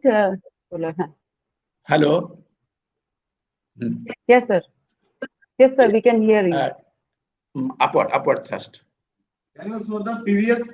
Oh, just earlier, please. Earlier slide. Yes. This is the first experiment. Yes, actually, the experiment has 4 phases. This is the single experiment. It has 4 phases. In the first phase, the student is measuring the mass of the stone in air. Okay. So naturally, next, mass in air. Oh, sorry. Mass in air. That is the first experiment, and the upward thrust. Okay, next experiment. And when the stone is in water, then actually mass is reduced. Mass is reduced. I'm telling that thing. So the boy performed this experiment because you see, he is using the. I am telling one thing is that because you have gone through the text, the title of the. Just you please show me the first, second slide. Second slide.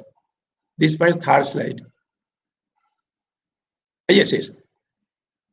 Just before that. Yes. My actually title is a quantitative experiment because I believe in numbers. Lever principle of equal moments, upward thrust, downward thrust, weight loss, weight gain, Archimedes principle, Newton's third law of motion, hydrostatic paradox. So with a single experiment that has got 4 phases, I want to explain all these things. And mind that I have not done this experiment. A student has done this experiment in all the 4 phases. Then what is the lever principle? I think lever principle is taught at class 6 level. Lever is taught, maybe principle is not taught. But that is simple. You see, when lever was discovered, invented, it was perhaps then the concept of force was not there. So whenever the lever comes into the picture in a book, textbook, they are used to use the words load, effort, and so many things because force was not in vogue that time. That's good. They are not using the present vocabulary. So lever, what is the lever principle? Everybody knows it, that product of the load and the loader is equal to the product of the effort and the efforter. So necessarily in the first experiment, they are using this lever. Next slide. Okay.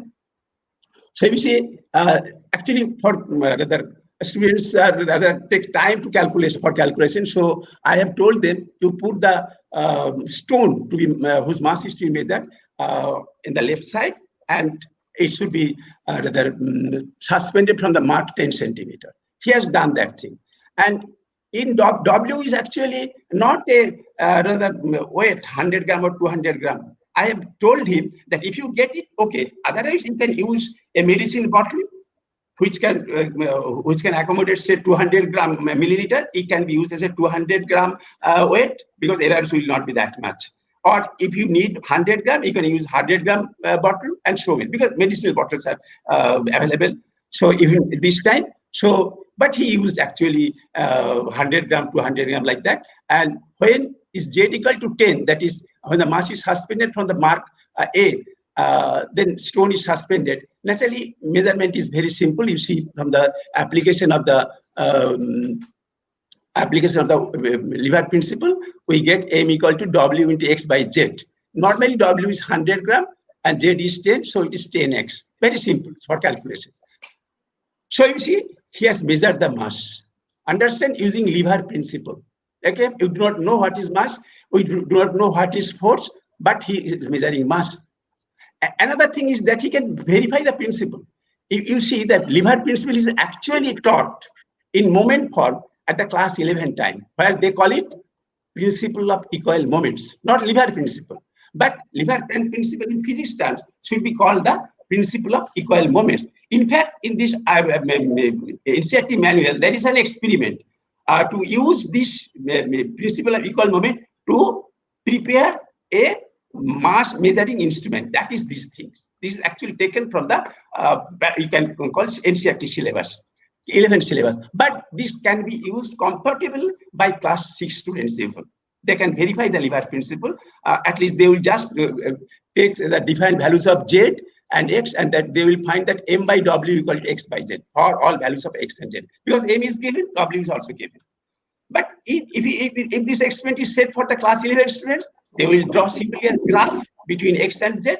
X is along the horizontal line, Z is along the vertical line, and they will see that it is just equal to in the form of Y equal to MX. Sx, S is the slope of the graph. From the slope, he can find M by W, and you see, sorry, W by M, and from that he can, as W is known, M can be found. So this is an experiment. This is an experiment in which class student 6 can deal with the numbers, even class 11 students can deal with the numbers, as well as a tool of analysis, mathematical analysis, the graphs. They can do it. No problem, comfortably do it, at home can do it, because the experiment has been done by a class 8 students at home. Okay, next slide.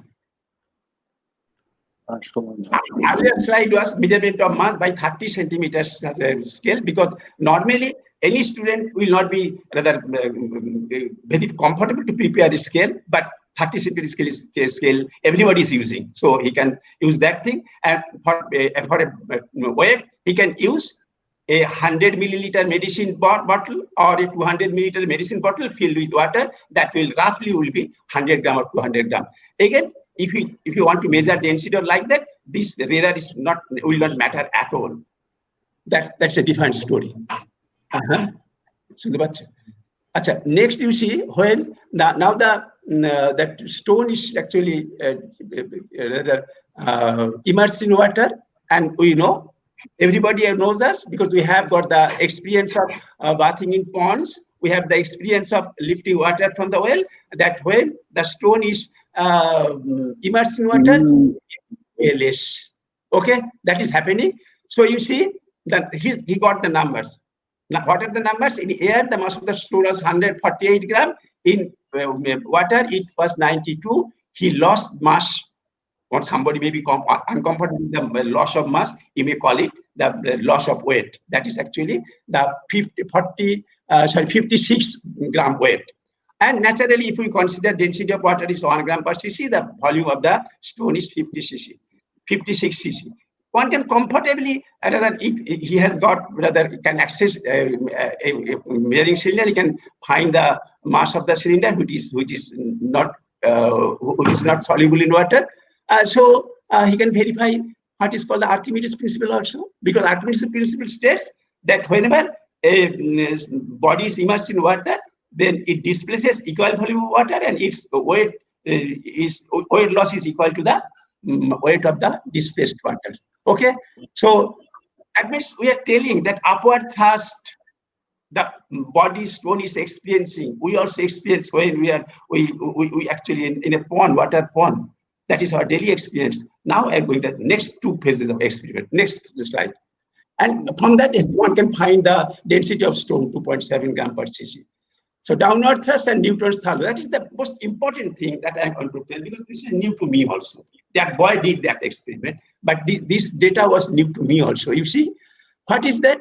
I told that you prepare a just small bucket, because I want to explain comfortably explain or verify the things, whether that boy who was doing the experiment with that weighing machine used by the doctors, was the data were correct or not.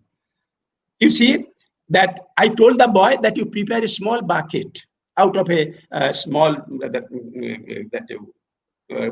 container for coconut oil or like that, and he did it. And you weigh the bucket plus water, and he found the weight to be 540 gram. Okay, using the same lever principle. And you see, then I told you that you can actually do the same thing. Just you see in this figure, you put the stone in the bucket, but without touching elsewhere. And this time the weight increases by 55 grams, 54 grams. That is really a problem. The same thing happened with the earlier experiment also. This also happened.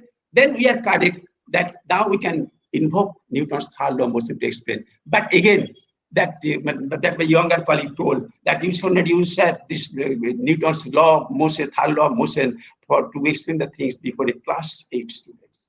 That is the task of the teacher. How to explain? Yes, what I am telling, everybody knows. There are learned teachers in front of me, and they know what I am telling. But point is that how to explain the things. And in fact, in this point, I am again quoting Veena madam. She was telling that argument-driven inquiry-driven learning. Here actually in IIT Teaching Learning Center, we are actually practicing one thing that is called argument-driven inquiry. There you see, that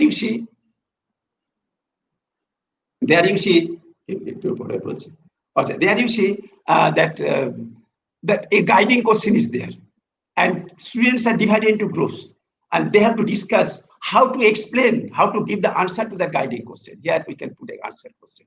Why the mass of the container increases instead of decreasing? So I think my time is perhaps up. Prolo is actually giving me warning. So I just 1 or 2 minutes I am taking. You see, in fact, in the same language where madam is telling, you see, first of all, I am telling that we need, because I am actually trying to, I pull up experiments that I have given to Praloy also. The experiments can be done quite comfortably at home. Right now, I am actually also setting a question paper for graduate students for an examination, a competitive examination conducted by IFPT. And that has been done. The students will be comfortably doing that experiments, mind that. They will be there will be the practical examination with physics experiments that will be doing there. So you see, I just like one thing. Madam has told so many things that project students create resources. I have told whatever I have told right now, that has been created by class 8 students. I have done one thing, you see, that because you see, in my long tenure with this Midnapur College, in fact, we had a center there. IFPT established that center. It is called IFPT Midnapur College Center for Scientific Culture, where actually many students have done project experiments. I can still give one example. That experience we tried as a UG project, and soon after, that project was so good that it has been included in the syllabus, post-graduate physics syllabus of at least 4 universities of West Bengal. It is IIST, Calcutta University, Vidyasagar University, and Barasat University, West Bengal State Government University. So really through project work, teachers and students together can generate resources for learning. So another interesting thing you see, that if we really want to develop labs, then we have to do one thing. That is, we have to give much stress on interdisciplinary science learning, you see. Now, people think that physics teachers, they are always talking of Einstein, they are talking of Stephen Hawking, so they are masters of everything. But that is not good. But we really see, we cannot content virology now. That is in truth that physics teachers are not that genius that can help us that how world will fight for corona. Actually, now the biologists are actually giving us some hope that they will be able to do something. So that is the point, that biology, life science, is the confluence of all the sciences, physics, chemistry, and so many other sciences. So if we put a single experiment, we can see that not biology is involved, but much of, even at the secondary level, primary level, that experiments involve so much physics, so much chemistry, so much mathematics, that, and if we do our teachers do the experiments together, then in fact a single experiment can explain a lot of physics, lot of chemistry, lot of biology.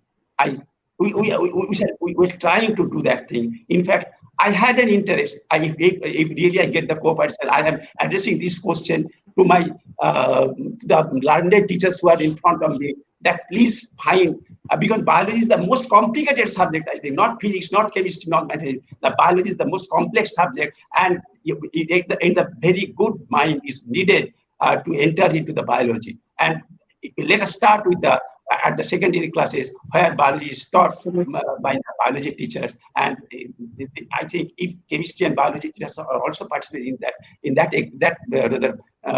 classes, then I think we can develop many good experiments which will be truly interdisciplinary experiments, which can be used equally for understanding physics, understanding chemistry, understanding biology, and even to some extent mathematics also.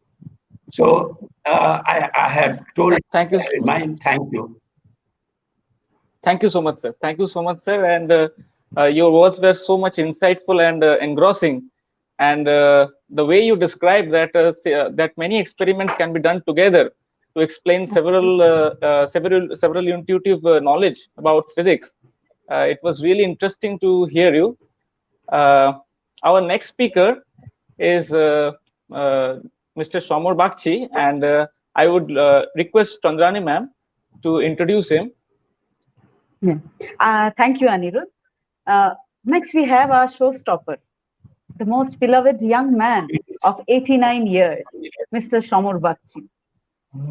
Mr. Samar Bagchi is the former director of Birla Industrial and Technological Museum, Kolkata. He is a science educationist and environmental and social reformist. Mr. Bagchi has received the National Award for Popularizing Science through Media in 1996. Mr. Bagchi has conducted more than 300 science workshops with science teachers of school, college, and universities across India. He is a mentor of Inspire program run by the DST in universities and colleges. Conducted the science quest in Doordarshan from 1983 to 1988. All over to you, sir. We are eager to hear you and extremely sorry for keeping you waited for such a long time. Thank you so much. All over to you, sir. Good evening, everybody. Good evening. Good evening, sir. But I have to be given 15 minutes time. Okay. No, sir. You can speak. Please carry on, sir. So the subject that I have chosen is restructuring the science lab for activity. Now, I have taken, as I was introduced, that I have taken more than 300 or so workshops for science teachers from Gujarat to Andaman Islands, from Kashmir to Kanyakumari, more than 300. My understanding is the students today are not learning science. They are not understanding. May it be a very elite school or a government school, understanding is not tight. It's all rote learning that is taking place. And when theory and practice are separated, when head and hand got separated, science dies. And that happened here in India in the past, when Charok and Sushrut is written. At that time, handling of lancet to dissect human body was sine qua non of Sushrut, the book on surgery, at that time.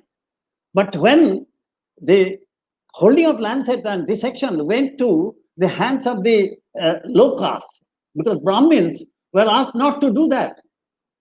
They will be excommunicated from the Brahminism. That was the diktat of the Shastrakaras of the 1st, 2nd century AD.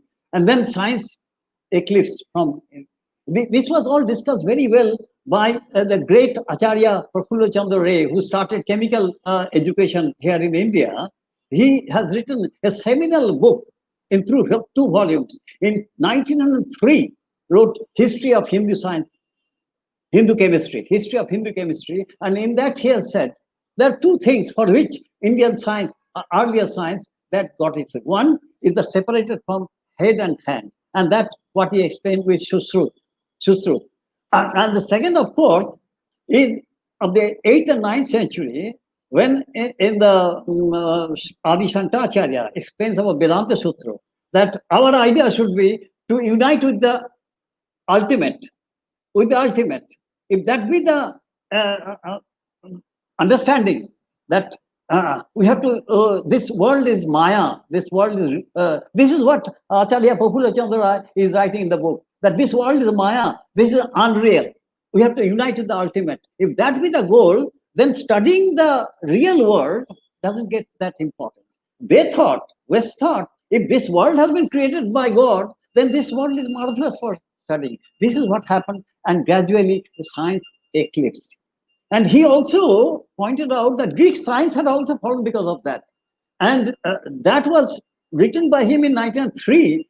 But Benjamin Carrington, our other writers of history of science, in the 1940s, they're writing about this. So this is one of the things that I wanted to say, that there is a Chinese proverb which says, I read, I forget. I see, I remember. I do, I understand. Science is doing. Theory and practice must go together. Now, present syllabus that we have in India, in West Bengal syllabus up to class 10, there is no lab work. There is no laboratory. Only in 11 and 12, where there is science, there is lab. That also in many schools it doesn't have. But then in that lab, only 10 to 12 experiments are done to get marks only. No understanding. My understanding is that science has to be done in the classroom. And today's science learning in the classroom has become only chalk and talk method. What I would like to show, that my slogan has been, when I go to the science teachers workshop, my slogan is, where there is no laboratory, how science can be learned by doing with low cost, no cost experiment. Say, here I have a say clipboard, and I take you can take any other object, but this is available with the teacher. Now, this side is plain, and this side, it is rough. So, in this inclined plane, when I keep it like this, and then gradually raise it, see, it slides. Now, I put it in this way, with the rough side down.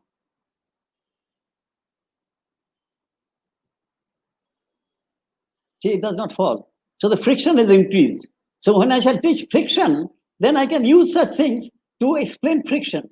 Then, because of the coefficient of friction is different. Now, if I add this body over this, that means I am increasing the weight. That means the normal reaction is increased. Then what happens? Let us see.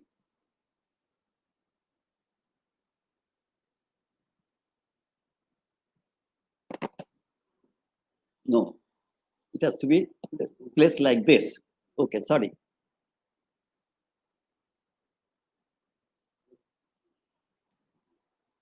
Okay.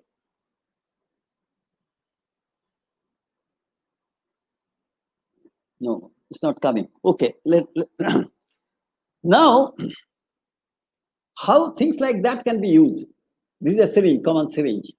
Now, this side is open. This side is open. So, normal atmospheric pressure is acting from this side.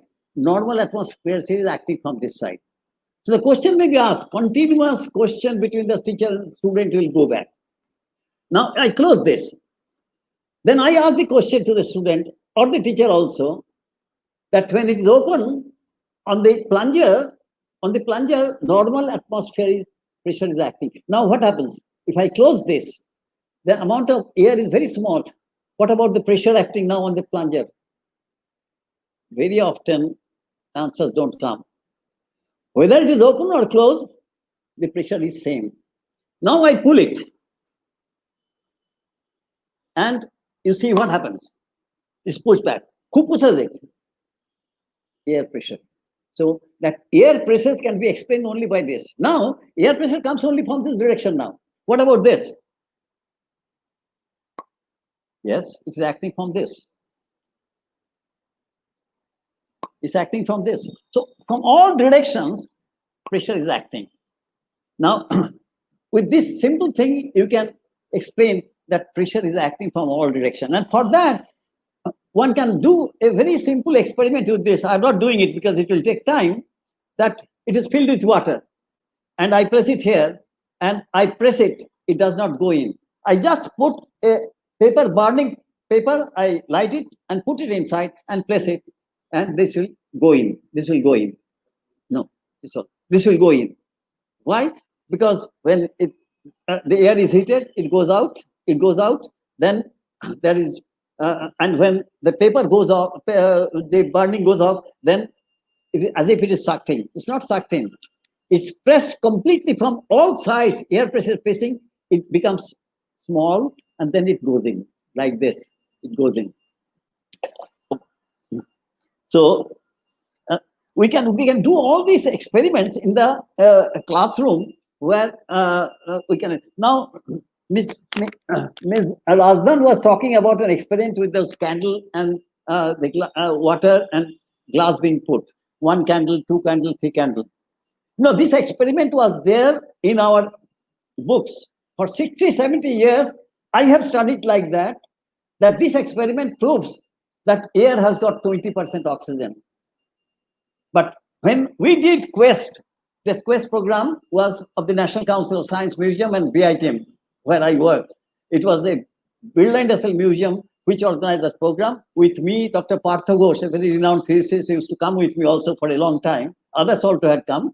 But in that program, we could not show this because we are not understanding really what is happening. Because what was wrong in the book? The book said that when the candle takes out all the oxygen, then there is a vacuum created. Because of that, water rises. But when oxygen is consumed by the candle, another gas, more or less of the same volume, carbon dioxide is created, that is inside the glass. There is no question why the water will enter for that. No question. So then we did 3 candles. And then it shows that water rises much more. Because when we gave 3 candles, the amount of oxygen is same because the same glass is used. So the consumption of the oxygen is same, but the water rises too. So the question is why it is happening. So we have to find out the answer. You know, this was there going on in the books of India for about 60, 70 years. I have studied like that also. You all have. The teachers who are now seeing this program, they have also seen like that. So this is what, then there was another experiment which was there in the book. The book says, take water full to the brim. I think this is there still now in some books of India. You take full glass of water so that no air is left. Then you put a card over it. Turn it around. Leave your hand. The card will not fall. That was going on for more than 60, 70 years. But you take half glass, then also the water does not fall. So this was there in NCERT books also. So I told the director of the science and mathematics one day. I was a member of a committee in NCERT, and there I mentioned that these mistakes are there in your books also. So it was then changed. Now these are the things what is happening. Why? Because we are not doing any experiment in the classroom. So if you want to really restructure science learning in the school and the science lab, the lab has to be brought into the classroom. I have a bag which I carry to all the workshops. In that bag, 60 to 80 experiments can be done, except glass or a bucket of water or a mug, things like that, which the schools have to arrange. But all the other materials are there in a bag where 60 to 80 experiments which I can carry. So the lab has to come back to the class. Every class should have a almirah where, depending upon the syllabus, whatever has to be taught to the students, all the materials should be there in that almirah, in physics, chemistry, and biology for every class. So, because in the 11 and 12, or 9, 10, 11, 12, there are many sections in the school. So, all of them have to go to the lab to do the experiments. Then, this type of teaching and learning, where experiments and activity is a must while I teach any subject, where experiment and activity is a must, that cannot be done by taking the students to the lab. It has to be done in the classroom by the teacher. The problem is today that those who are coming, the new teachers who are coming, they are coming from the rote learning system. So the experience is not there. How to conduct experiments in the classroom? So teachers training program has to be started in a big way in the country, so that teachers also get acquainted with how to teach science in the classroom. That's what is very, very important.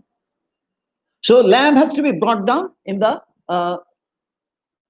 classroom itself, where the teacher can.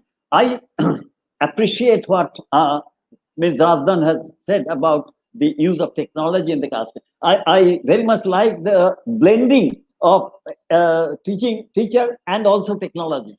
I am for using of technology.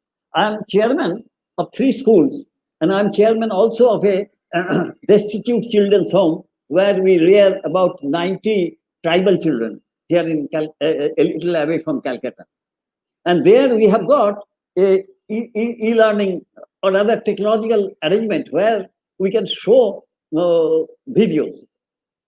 How this is important, I can understand that when the teacher was teaching Harappan civilization or Mohenjo-daro civilization, she was using the video whereby Mohenjo-daro site was being shown and explained how the Great Bath was created, how the roads were there, how the channels were all covered for the dirty water to come out.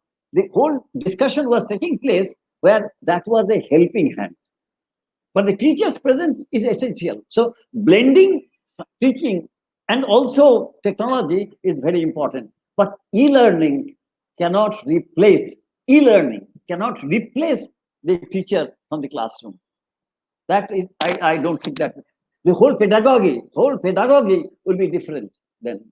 It's impossible for the children to understand it. So, as for example, Ms. Razdan was showing that eclipse of the phases of moon or eclipse. So I have a book published by the Department of Science and Technology in India called The Story of the Sky, where what I do in my workshop, my body and the children's body or teacher's body is used. They become earth, become the sun, and how the earth rotates around the sun, how the axis is always turned towards the pole star, and the way nowhere anybody could show how the earth moves with the axis pointing towards the pole star. Then when phase of moon was shown, when I asked the teacher to show how the moon is moving around the earth, I see that everybody is rotating like this and moving around the earth. This is the earth and this is the moon, so the moon is rotating like this and moving. And its face is always turned towards the earth. That is not shown. If this is the face, this face is always turned. So all this can be done very well with demonstration, which we do in our planetarium. We have planetarium in our museum, small demonstrative planetarium. Outside that, we do all these things, whereby these phases of moon, why eclipse takes place, all these things are done through experiments and activity. So I think that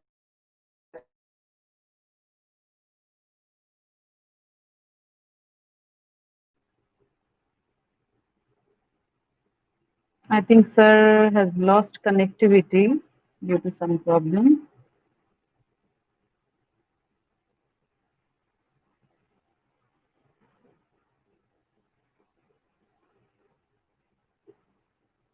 We wait for him for a minute, and after that can move forward. We'll see whether he can connect or not.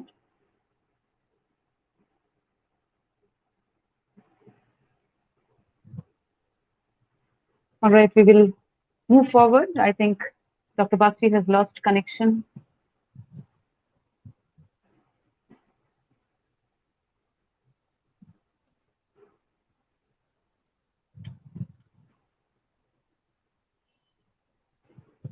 There is some problem. Yes. Let us move forward. So I couldn't even say him that it's over. All right.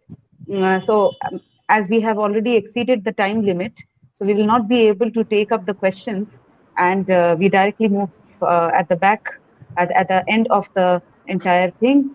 And before we wrap up,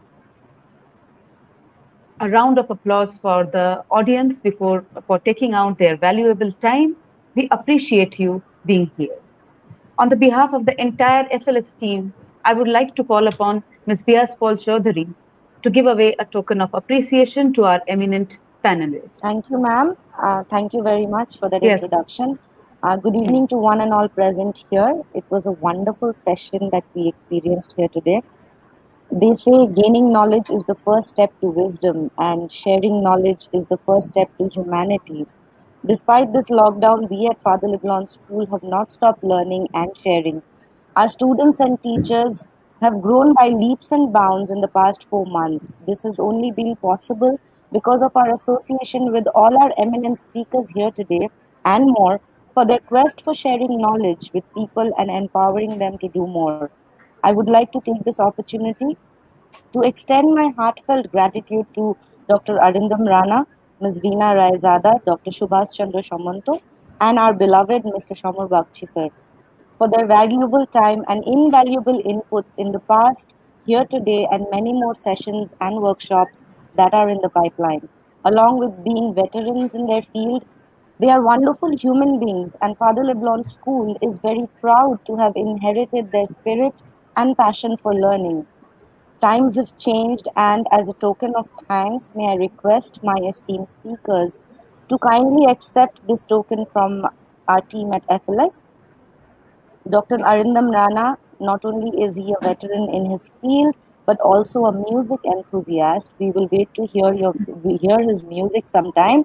Thank you so much for taking out time and being here with us today. He unfortunately had to leave because he has another webinar to attend. Ms. Veena Raizada, thank you, ma'am, for equipping us to handle online teaching and learning in a better way. I'm sure everybody has thoroughly enjoyed your sessions. Dr. Shamanto is someone who is so passionate about his subject that he spends his entire day doing experiments. Thank you, sir, for your invaluable inputs and presence.